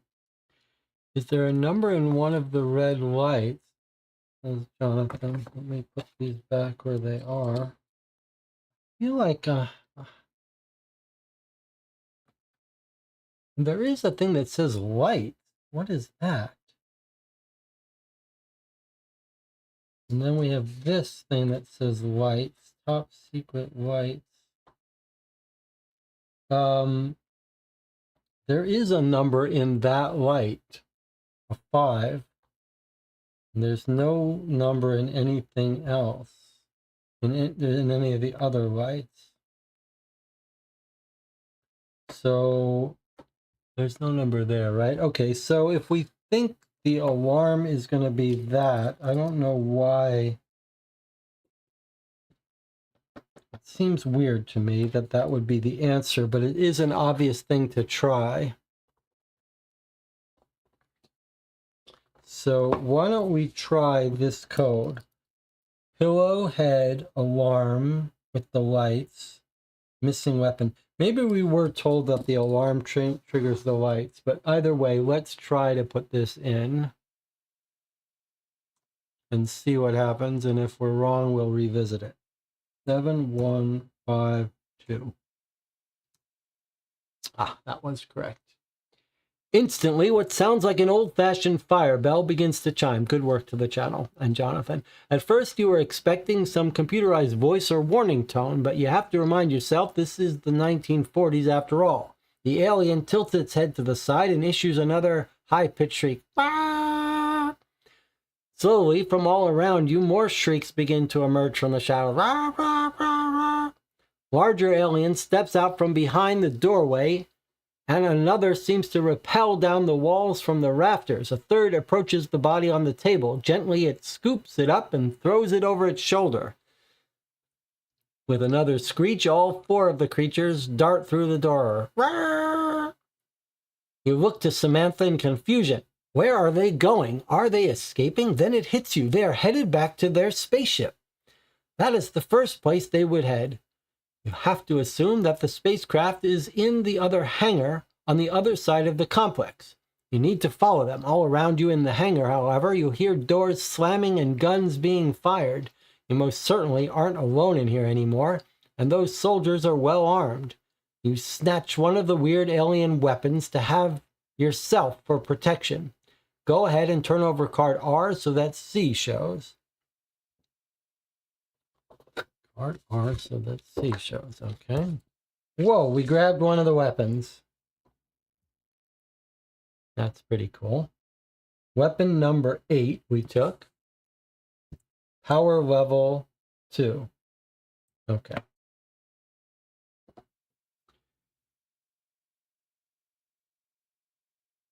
Go ahead and look at the following detail to make sure everything... We don't have time. We have to assume we're right.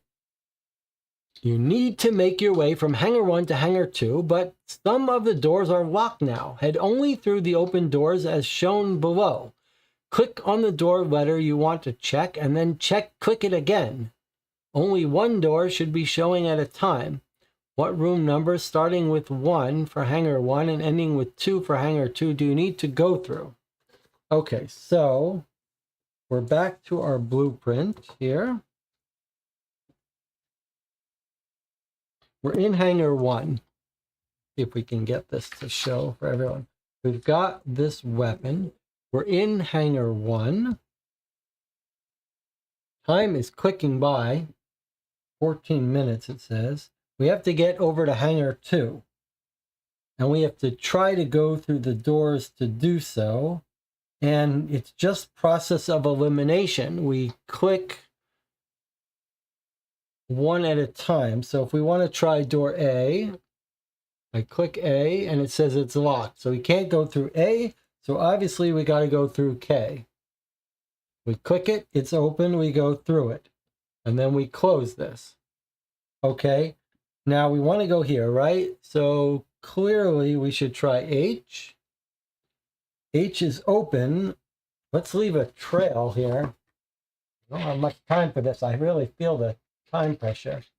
So what's the creature what's the fable where they leave the breadcrumbs? Hansel and Gretel?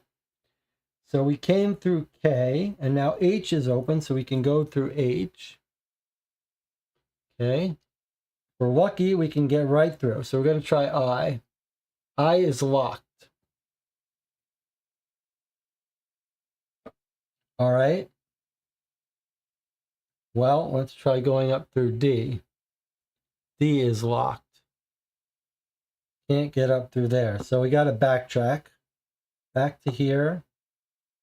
These are not doors, so we don't have to worry about them. We're going to come up to here and go through G. G is open. Is everyone following what I'm doing here? Okay. So we could try to cut through here, or we could try to go straight through. Let's just try to go straight through to E.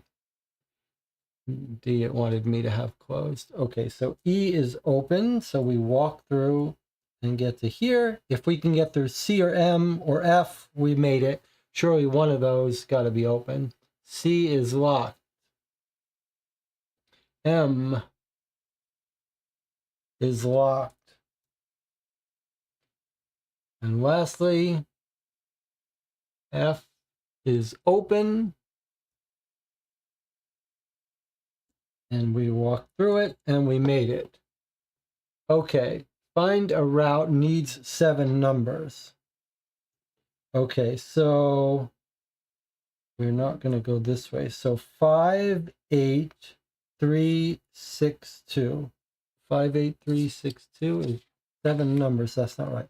Sorry. 5, 8, 3, 6, 4, 2, 5, 8, 3, 6, 4, 2. That's not enough numbers. So we start from our first one. 1, 5, 8, 3, 6, 4, 2. That's our 7 numbers. That's got to be it. 1, 5, 8, 3, 6, 4, 2. What have I done wrong?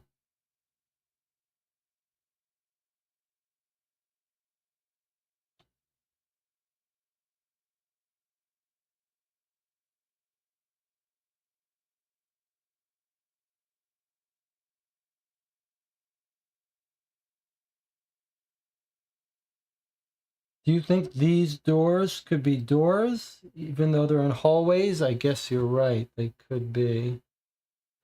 I see. So I skipped right through the hallway. So let me check. If N is open, we could get through it. What about L? L is open, so we could get through it. Then we went to 3. Then I went through E, which was open.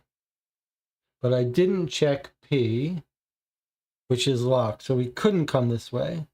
So you think instead we had to go through J, and then through B,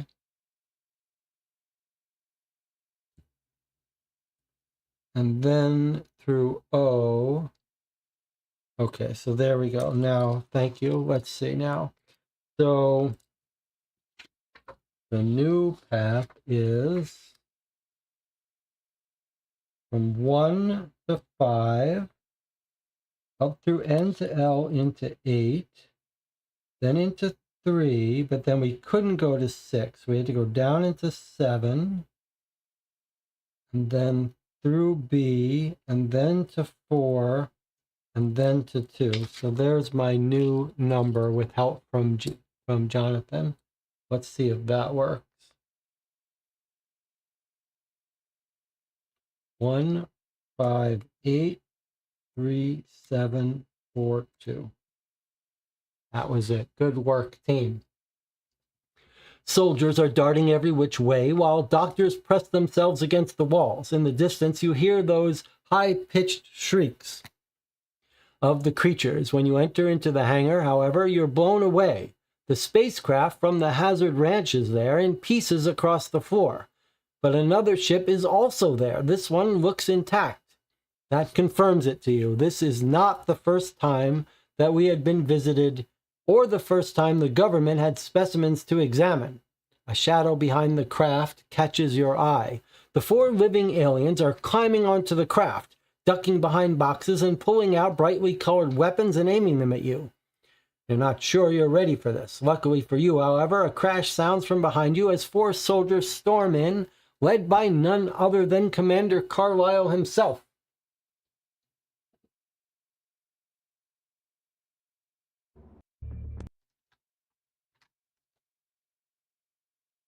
We've got 4 specimens loose in the hangar. Repeat, 4 targets. We know from the past that our weapons don't work on them. We need to use their own weapons against them. The best way is to arm each soldier with a weapon powered 1 higher than the enemy across from them. Oh, okay. 1 higher from the enemy across from them.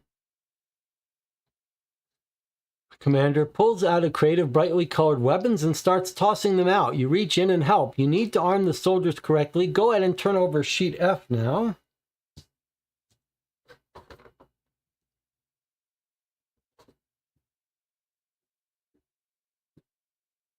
Okay. And that gets us into here.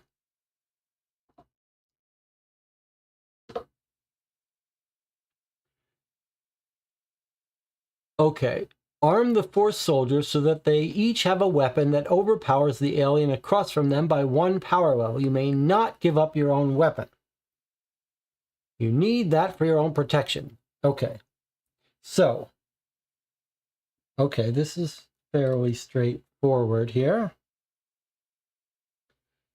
So, let's see. We've got our 1, 2, 3, 4.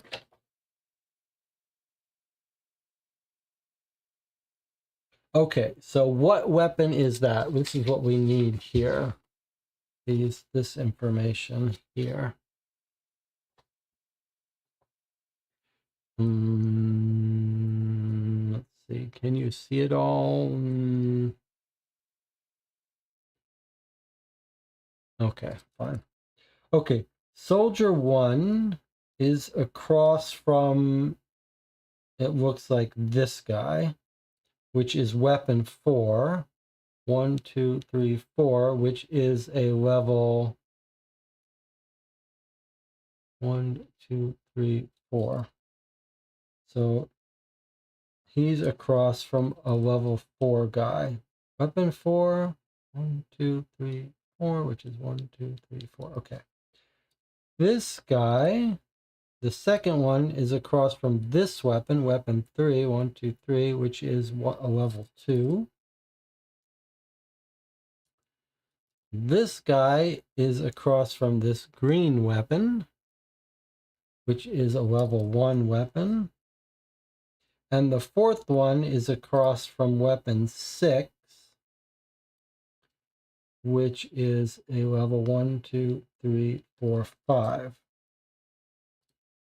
So this guy should have a level 5 weapon. This guy should have a level 3 weapon. This guy should have a level 2 weapon. This guy should have a level 6 weapon. And the reason I know that the 1 starts here, sorry, you couldn't see all of that, is because we're given the red and we're told it's power level 2. So 1, 2. Okay, so according to my numbers, that's what he should get. And what does it want? 4 numbers. Okay. We're on a rush because we don't want to get killed here. So that's the only reason I'm hurrying. So 5, 3, 2, 6 is what I have for what we should give them. No, it doesn't like that. What did I do wrong? I'm not good under time pressure. What have I done wrong?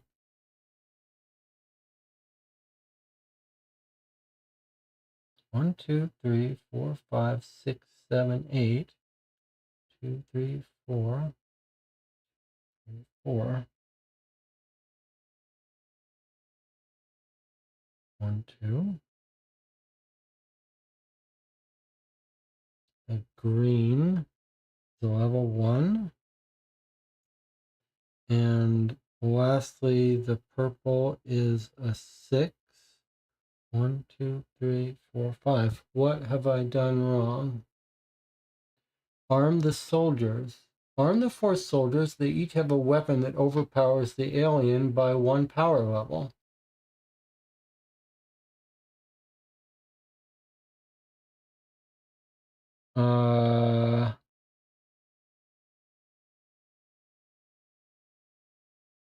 we have the weapon 2.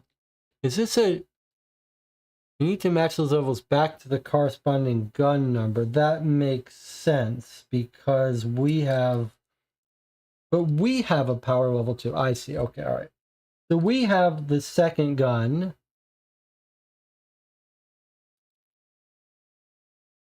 We have the red gun, which is a power level 2. The other power level 2 gun is going to be the third gun, but that doesn't make sense because they have those guns. They don't have this gun though. Gun 5. 1, 2, 3, 4, 5, 6. So this gun here, the last gun can be gun number 5. Gun number 7 is a 1, 2, 3 level gun, so we can give this guy the number 7 gun. Other than that, I'm going to have to give them guns that the aliens have. We'll just have to assume they're duplicates, I guess. So a power level 2 gun is the 3 gun, and a power level 5 gun, 1, 2, 3, 4, 5, is this purple one, which is gun 6.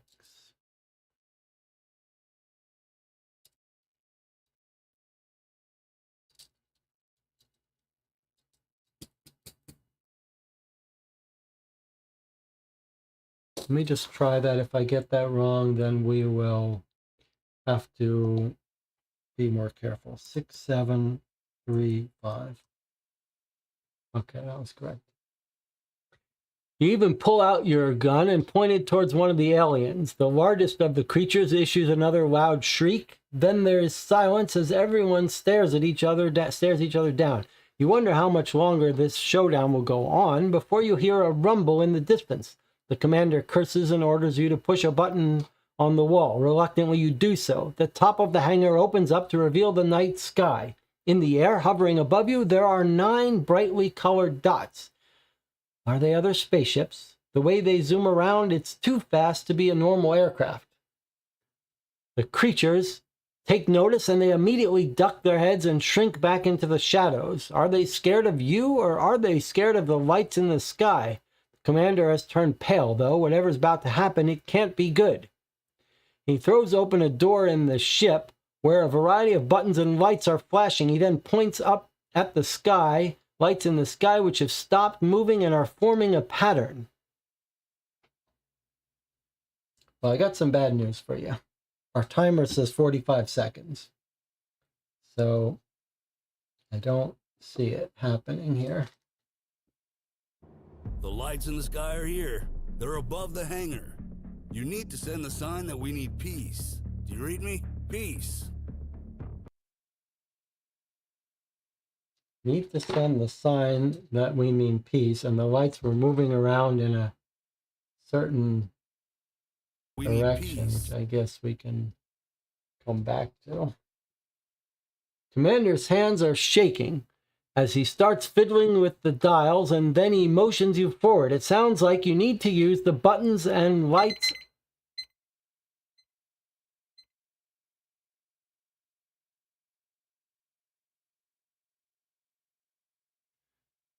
Sounds like you need to use the buttons and lights in the ship to signal to the ships in the sky that you mean peace. Failing to do so obviously would be bad, since even the aliens in the shadows seem frightened. Go ahead and turn over sheet H now so that side G shows.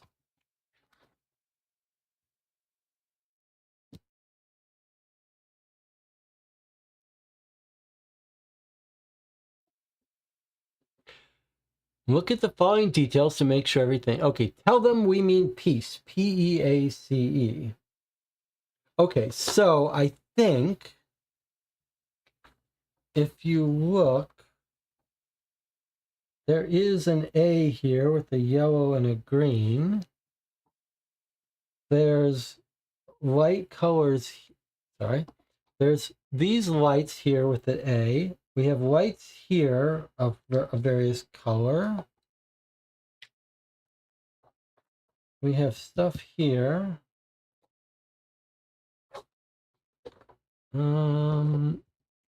We have light here.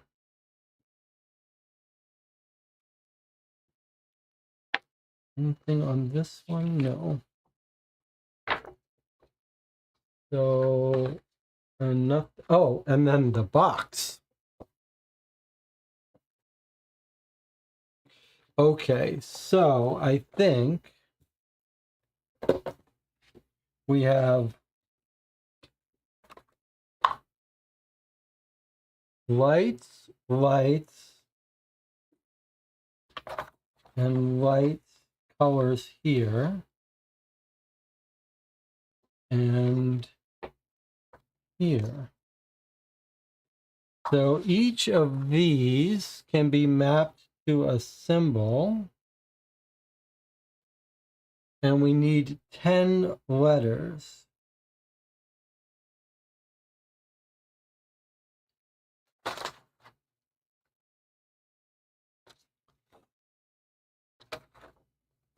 So presumably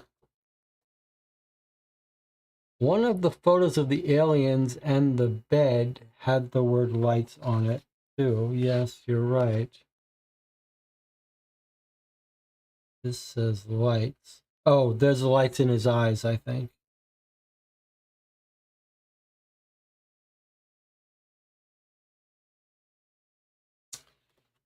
So let's see. We've got 1, 2, 3, 4, 5, 6, and then 7, 8. So we actually have 8 colored light.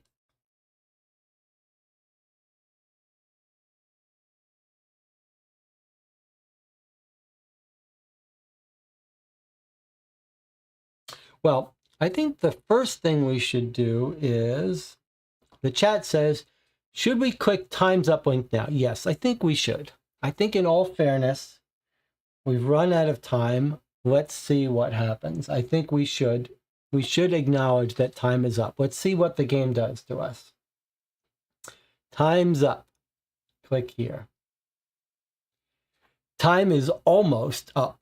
The boss has granted you 10 more minutes to complete the mission. Go ahead and click the back button, return to the game, but come back to this button again in 10 minutes if you have not completed the challenge in that time. So we're going to multiply that 10 by 2 because we're playing on the channel. I'm not going to multiply by 3 because I want to give us tension, but I am going to do 20 minutes. Okay, go. 20 minutes. So we've got 8 light colors plus this makes 9. So we have each of these things, right? And we want to spell out peace, P-E-A-C-E. Now, can we translate the letters into this grid here? So this is C, S-E-A, but it could be the letter C. This here is Y. That's a Y, but it could be the letter Y. So this is S-E-A, but I think it's really a C. And then to the right of it is Y. And then this symbol here is going to be the B, B-E-E, but it's really going to be the letter B. And then here we have U, Y-O-U is really going to be the letter U. Here we don't know. This is going to be the A-R-E, but we're going to say that's the letter R. This is going to be T-E-A, the letter T. This is going to be K-A-Y, which is going to be the letter K. And this one here is going to be E-Y-E for I, but the letter I. Okay, now, the problem is, the word peace isn't there.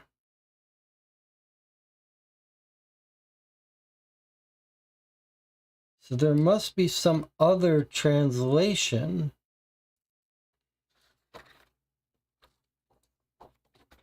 So these are these letters.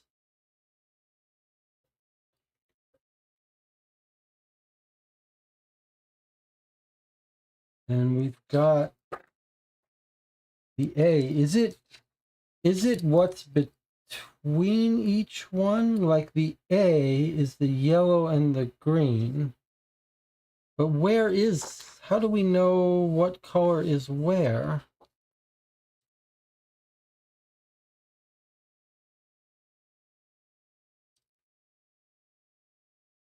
Any theories? Like yellow and green. We saw them. They're on the, where are they? They're here. I've covered them up. Okay. So yellow and green, I wonder if it means between each one is a letter. So maybe the A is between the yellow and the green. So is this symbol? But we don't have a symbol for that. So maybe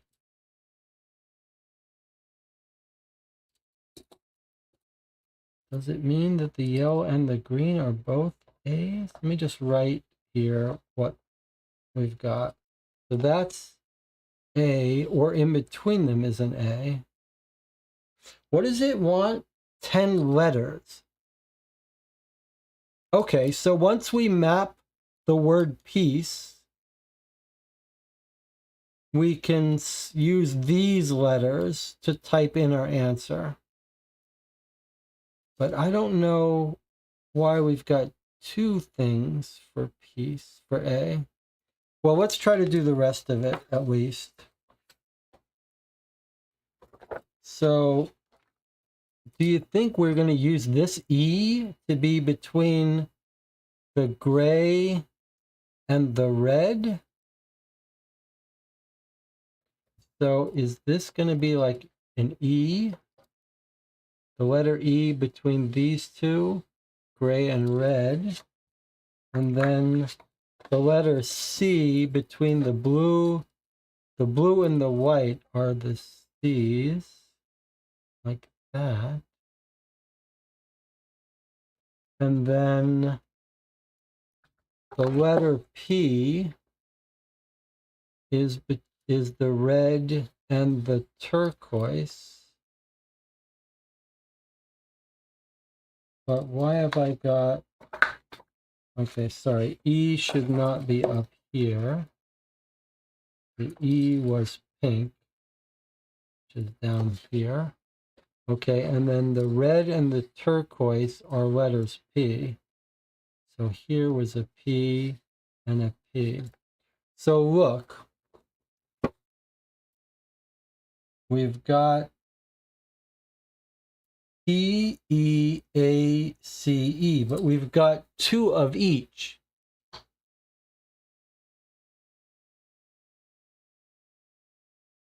So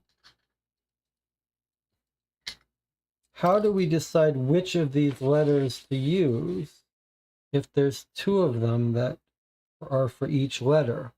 Like if we wanted to spell peace, we could say Y-I-A-C-E,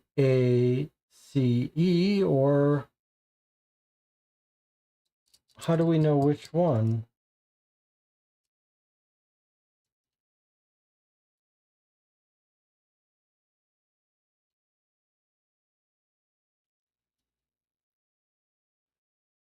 Jonathan says,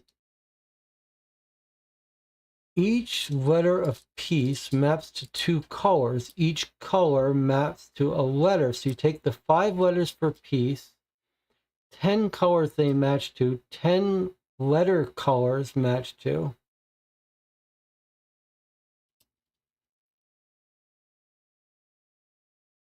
Oh, it's 10 letters. Sorry. The answer is 10 letters. Now it makes sense. Sorry. I thought that the answer was 5 letters. Okay, fine.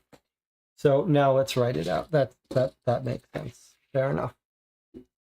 Okay, 10-letter answer. So we're putting both letters for each word. Okay, so peace was the Y and the U. Oh boy, I hope I can reconstruct.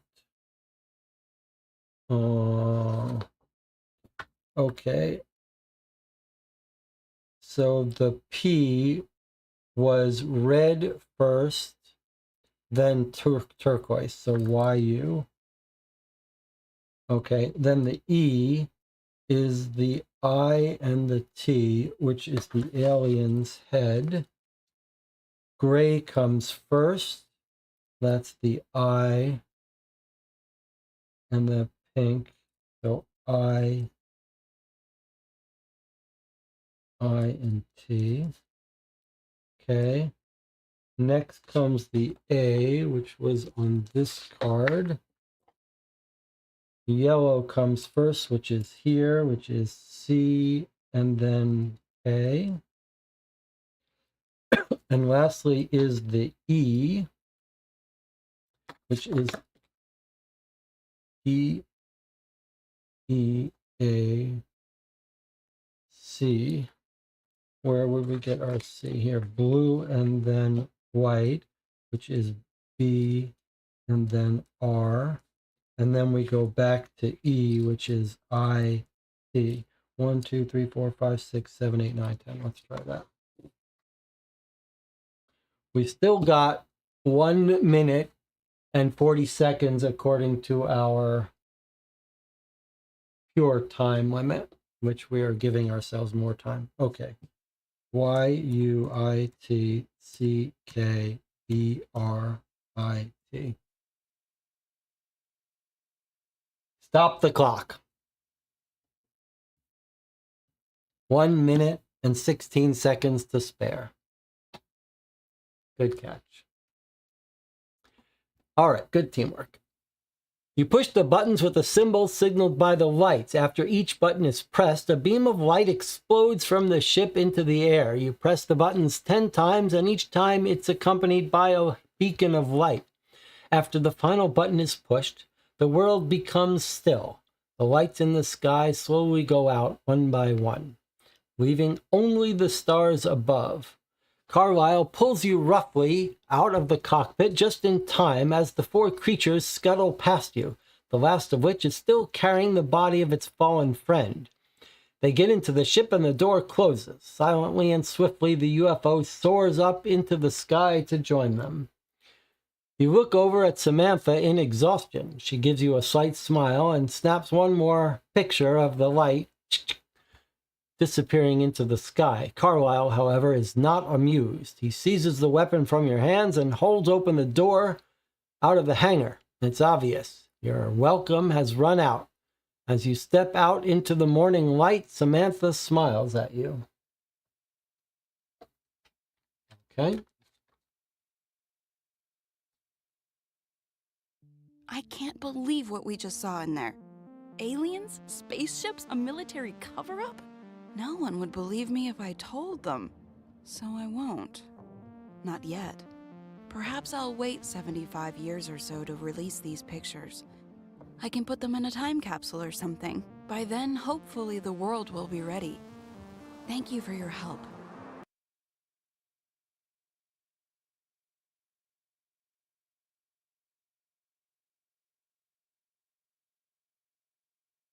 You slip out past the fence and into the desert once more. You think back to the mission. Did you discover any more about the crystal from the ruins? No. But you did keep history the same. You committed a cover-up so the press didn't find out about the crash. You saved the world from an alien invasion, all part of a day's work at EMIT. When you return to your office, however, the next mission is already waiting. Apparently, there is a time ripple in the mid-1800s to correct. Some gold was stolen from a prospector in the California gold rush. That money from the sale of that gold was supposed to be invested, but with the gold stolen, history is beginning to change. You sigh, your work is never done. Thanks for playing. If you would like to stay on with us, our next mission will be Escape the Gold Rush Robbery, and is one of our most elaborate missions yet. 3 games await inside. In the first, go back in time and try your hand at staking a claim and panning for gold. Will you earn riches? The second game, however, is a good old-fashioned whodunit, Wild West style.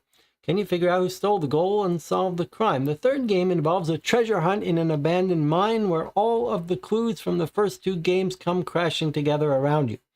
Can you solve the crime, get the gold, and escape in time?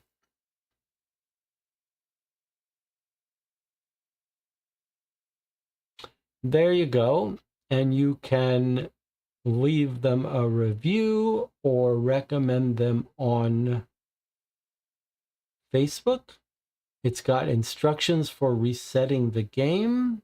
If you refer 3 friends, you get a free box. Okay. Escape the crate.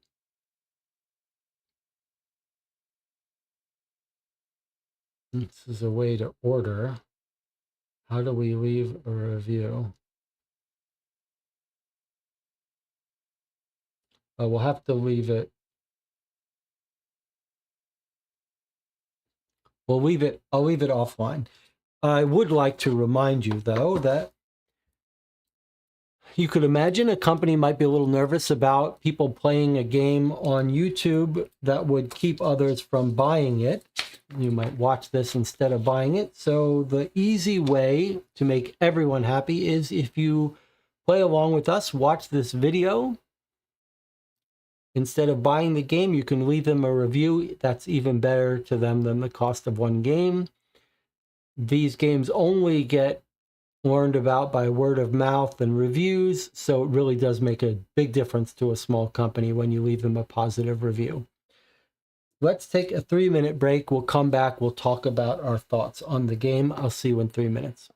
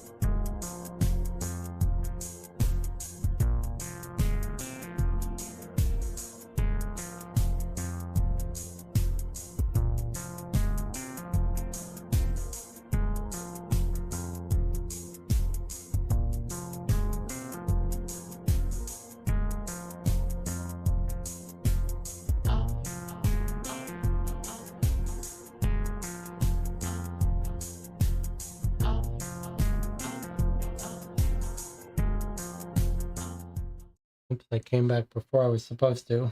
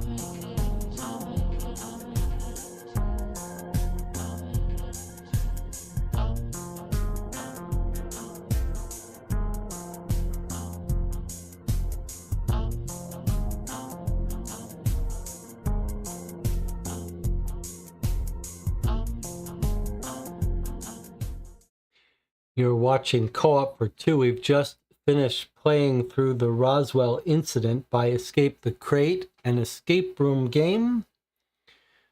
Took us 4.5 hours or so. Now we're going to talk about the experience here. This is the third box we've played from Escape the Crate, and I've been warned that they're hit and miss and of mixed quality, but I would say that I have had quite a bit of fun with all three of the boxes. They definitely have their own little personality. This little time-traveling setup is clever. Both this one and Dracula, and the Yeti one as well, they all had some real charm to the pacing. Like this one with this clock felt tense, as it should be, but you could tell that these designers are not going to let you have a bad experience. So when you ran out of time, depending on when you ran out of time, it told you to have some extra time. I'm sort of curious what would happen if you claimed you ran out of time the second time. Let's just take a look at that. We say we ran out of time. It says you got 10 more minutes. And if you still run out of more time, let's see what happens. Game over. Unfortunately, the time limit has been reached. The screech is heard in the distance, high-pitched and otherworldly. Is it the aliens? Another screech echoes even closer to you. Perhaps you're surrounded. This won't end well. You can go ahead and end the game now and reset it to the starting condition by clicking here, or you can simply click the back button twice to continue playing the game to the end. And that feels like a little bit of a miss. It feels like maybe a better thing to do would have been to tell you some bad thing happened, but you got rescued and you could continue, rather than telling you the game's over. But it does tell you, just click back and continue. I like the way that these games feel dangerous. The Dracula one felt quite dangerous. This one felt a little dangerous because of the time limit. The Yeti one also. So the production quality here is very high. It's got its own unique system of flipping cards. We've done it now 3 times. It's worked perfectly every time. They really bend over backwards to make sure you don't make any mistakes. Like they show you, this is what you should flip. They describe it very clearly. Then they show you pictures.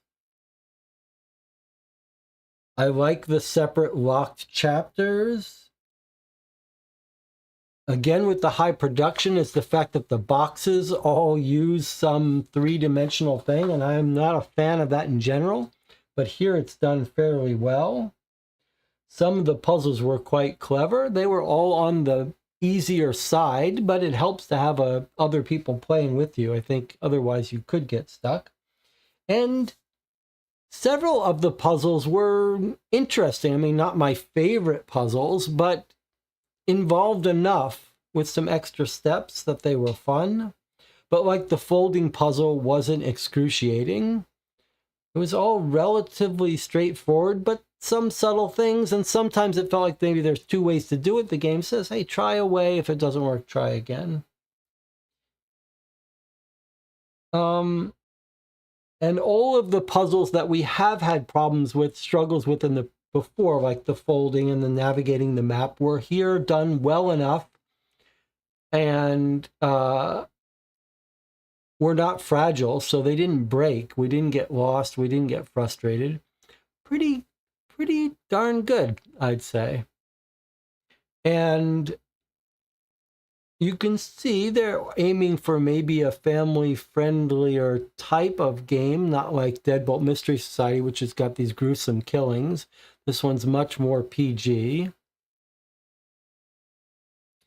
I would say, and I do like that we can choose the order of these puzzles, and there were a couple of puzzles that weren't like logic puzzles, but were still enjoyable. Like there were some clever ones, like moving along on the map, the blueprint map where you had to check which doors were open. There were some clever things. There were some quite clever things done here with this, and clever stuff with the way it worked with the online element. And then like this was a nice multi-stage thing. You had to figure out which gun. Now, occasionally there was something that didn't seem quite logical. And the guns was a good example. Like, here are the guns. The aliens had some of them. We had to assume there were multiple copies of it. But really, overall, very enjoyable. The only suggestion I would make, and I really don't actually know. This game was called a retired game. Can we see if they're still making new games? 25% off your first subscription. Current adventure, Escape Crime Noir, May 1st to June 30th. That sounds like they're still going.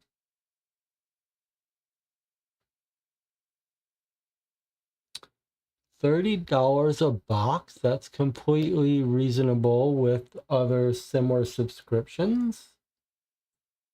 50% off your first box. Prepay for 2 boxes. 58 bucks. Okay. 29 bucks. Half a year, 3 boxes. Full year, 6 boxes, $160.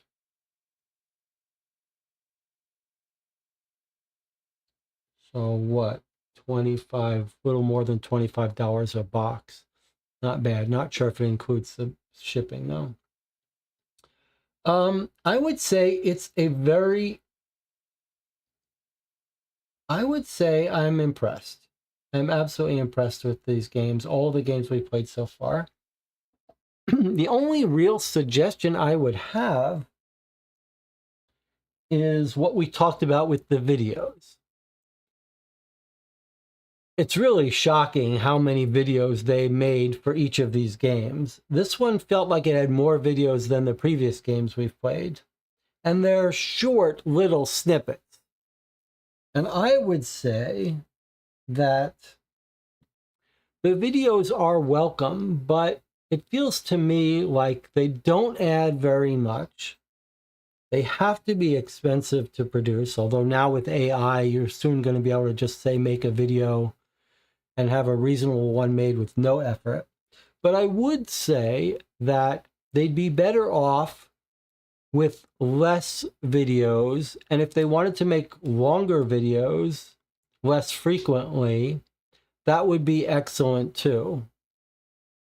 Like if videos are things people love and you really want to do 10 minutes of video in each box, I think you'd be better off saying that there's going to be like a video in the beginning intro and a video for each chapter, and then maybe a video at the end. So then you have 4 videos. And take that opportunity to treat the videos like intermissions. Whereas now it's sort of at every puzzle, there's a video and then there's narration. It feels like that's not needed. It's not needed and it breaks the flow a little bit. And they can't be skipped because they're occasionally important for gameplay. So that would be my only real suggestion. John says the Gold Rush box didn't sound too bad. Claims to have a mystery and a treasure hunt in it. Might look for it used, Jesse. Yeah, I'm going to keep my eye open for more Escape the Crate boxes. I think I will pick up more. If anyone has boxes they want to trade, I'd be happy to trade.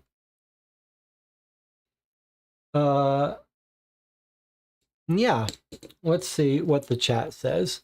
DJ says, no real complaints. Background story is a little thin, but it was fun. Pen and Frisbee are a little silly. I give it a solid B. That sounds right. John says, yeah, I don't think it quite lived up to the Dracula box, but it was a solid experience. Time Limit was a fun way to play. Puzzles seem well designed, except for the one about the body. I actually liked the body one, except for it didn't seem to justify the process. But once we got the hints, it did make sense. I love that the hints are so gradiated, so they just leak a little bit. And it did have an exciting finale. John says, I think I agree. Just the amount of videos might have been excessive. Not sure how I felt about it with the other box. All right, well, we'll keep our eye open for more boxes. I wouldn't mind boxes with themes that seem a little more appealing, like this Jack the Ripper one sounds interesting. The noir one sounds interesting. I don't know what, of the games we've played, I don't know what the age of them were. I'd be sort of curious to try the most recent box. We could, in fact, subscribe to Escape the Crate. Once per month. We could subscribe for a year. I've been subscribing to Deadbolt for a year. If the channel was interested, we could subscribe for a year to Escape the Crate.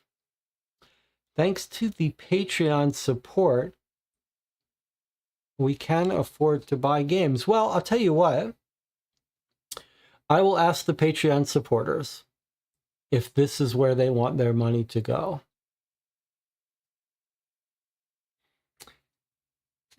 All right. Thanks for joining me. We won't be streaming on Monday, but it's very likely that there will be some more streams this week. Maybe Thursday, Friday, Wednesday, Thursday, something like that. Probably Body of Evidence. Great to have people come by at the last minute and join me. Jonathan, a pleasure as always. I'll see you guys next time.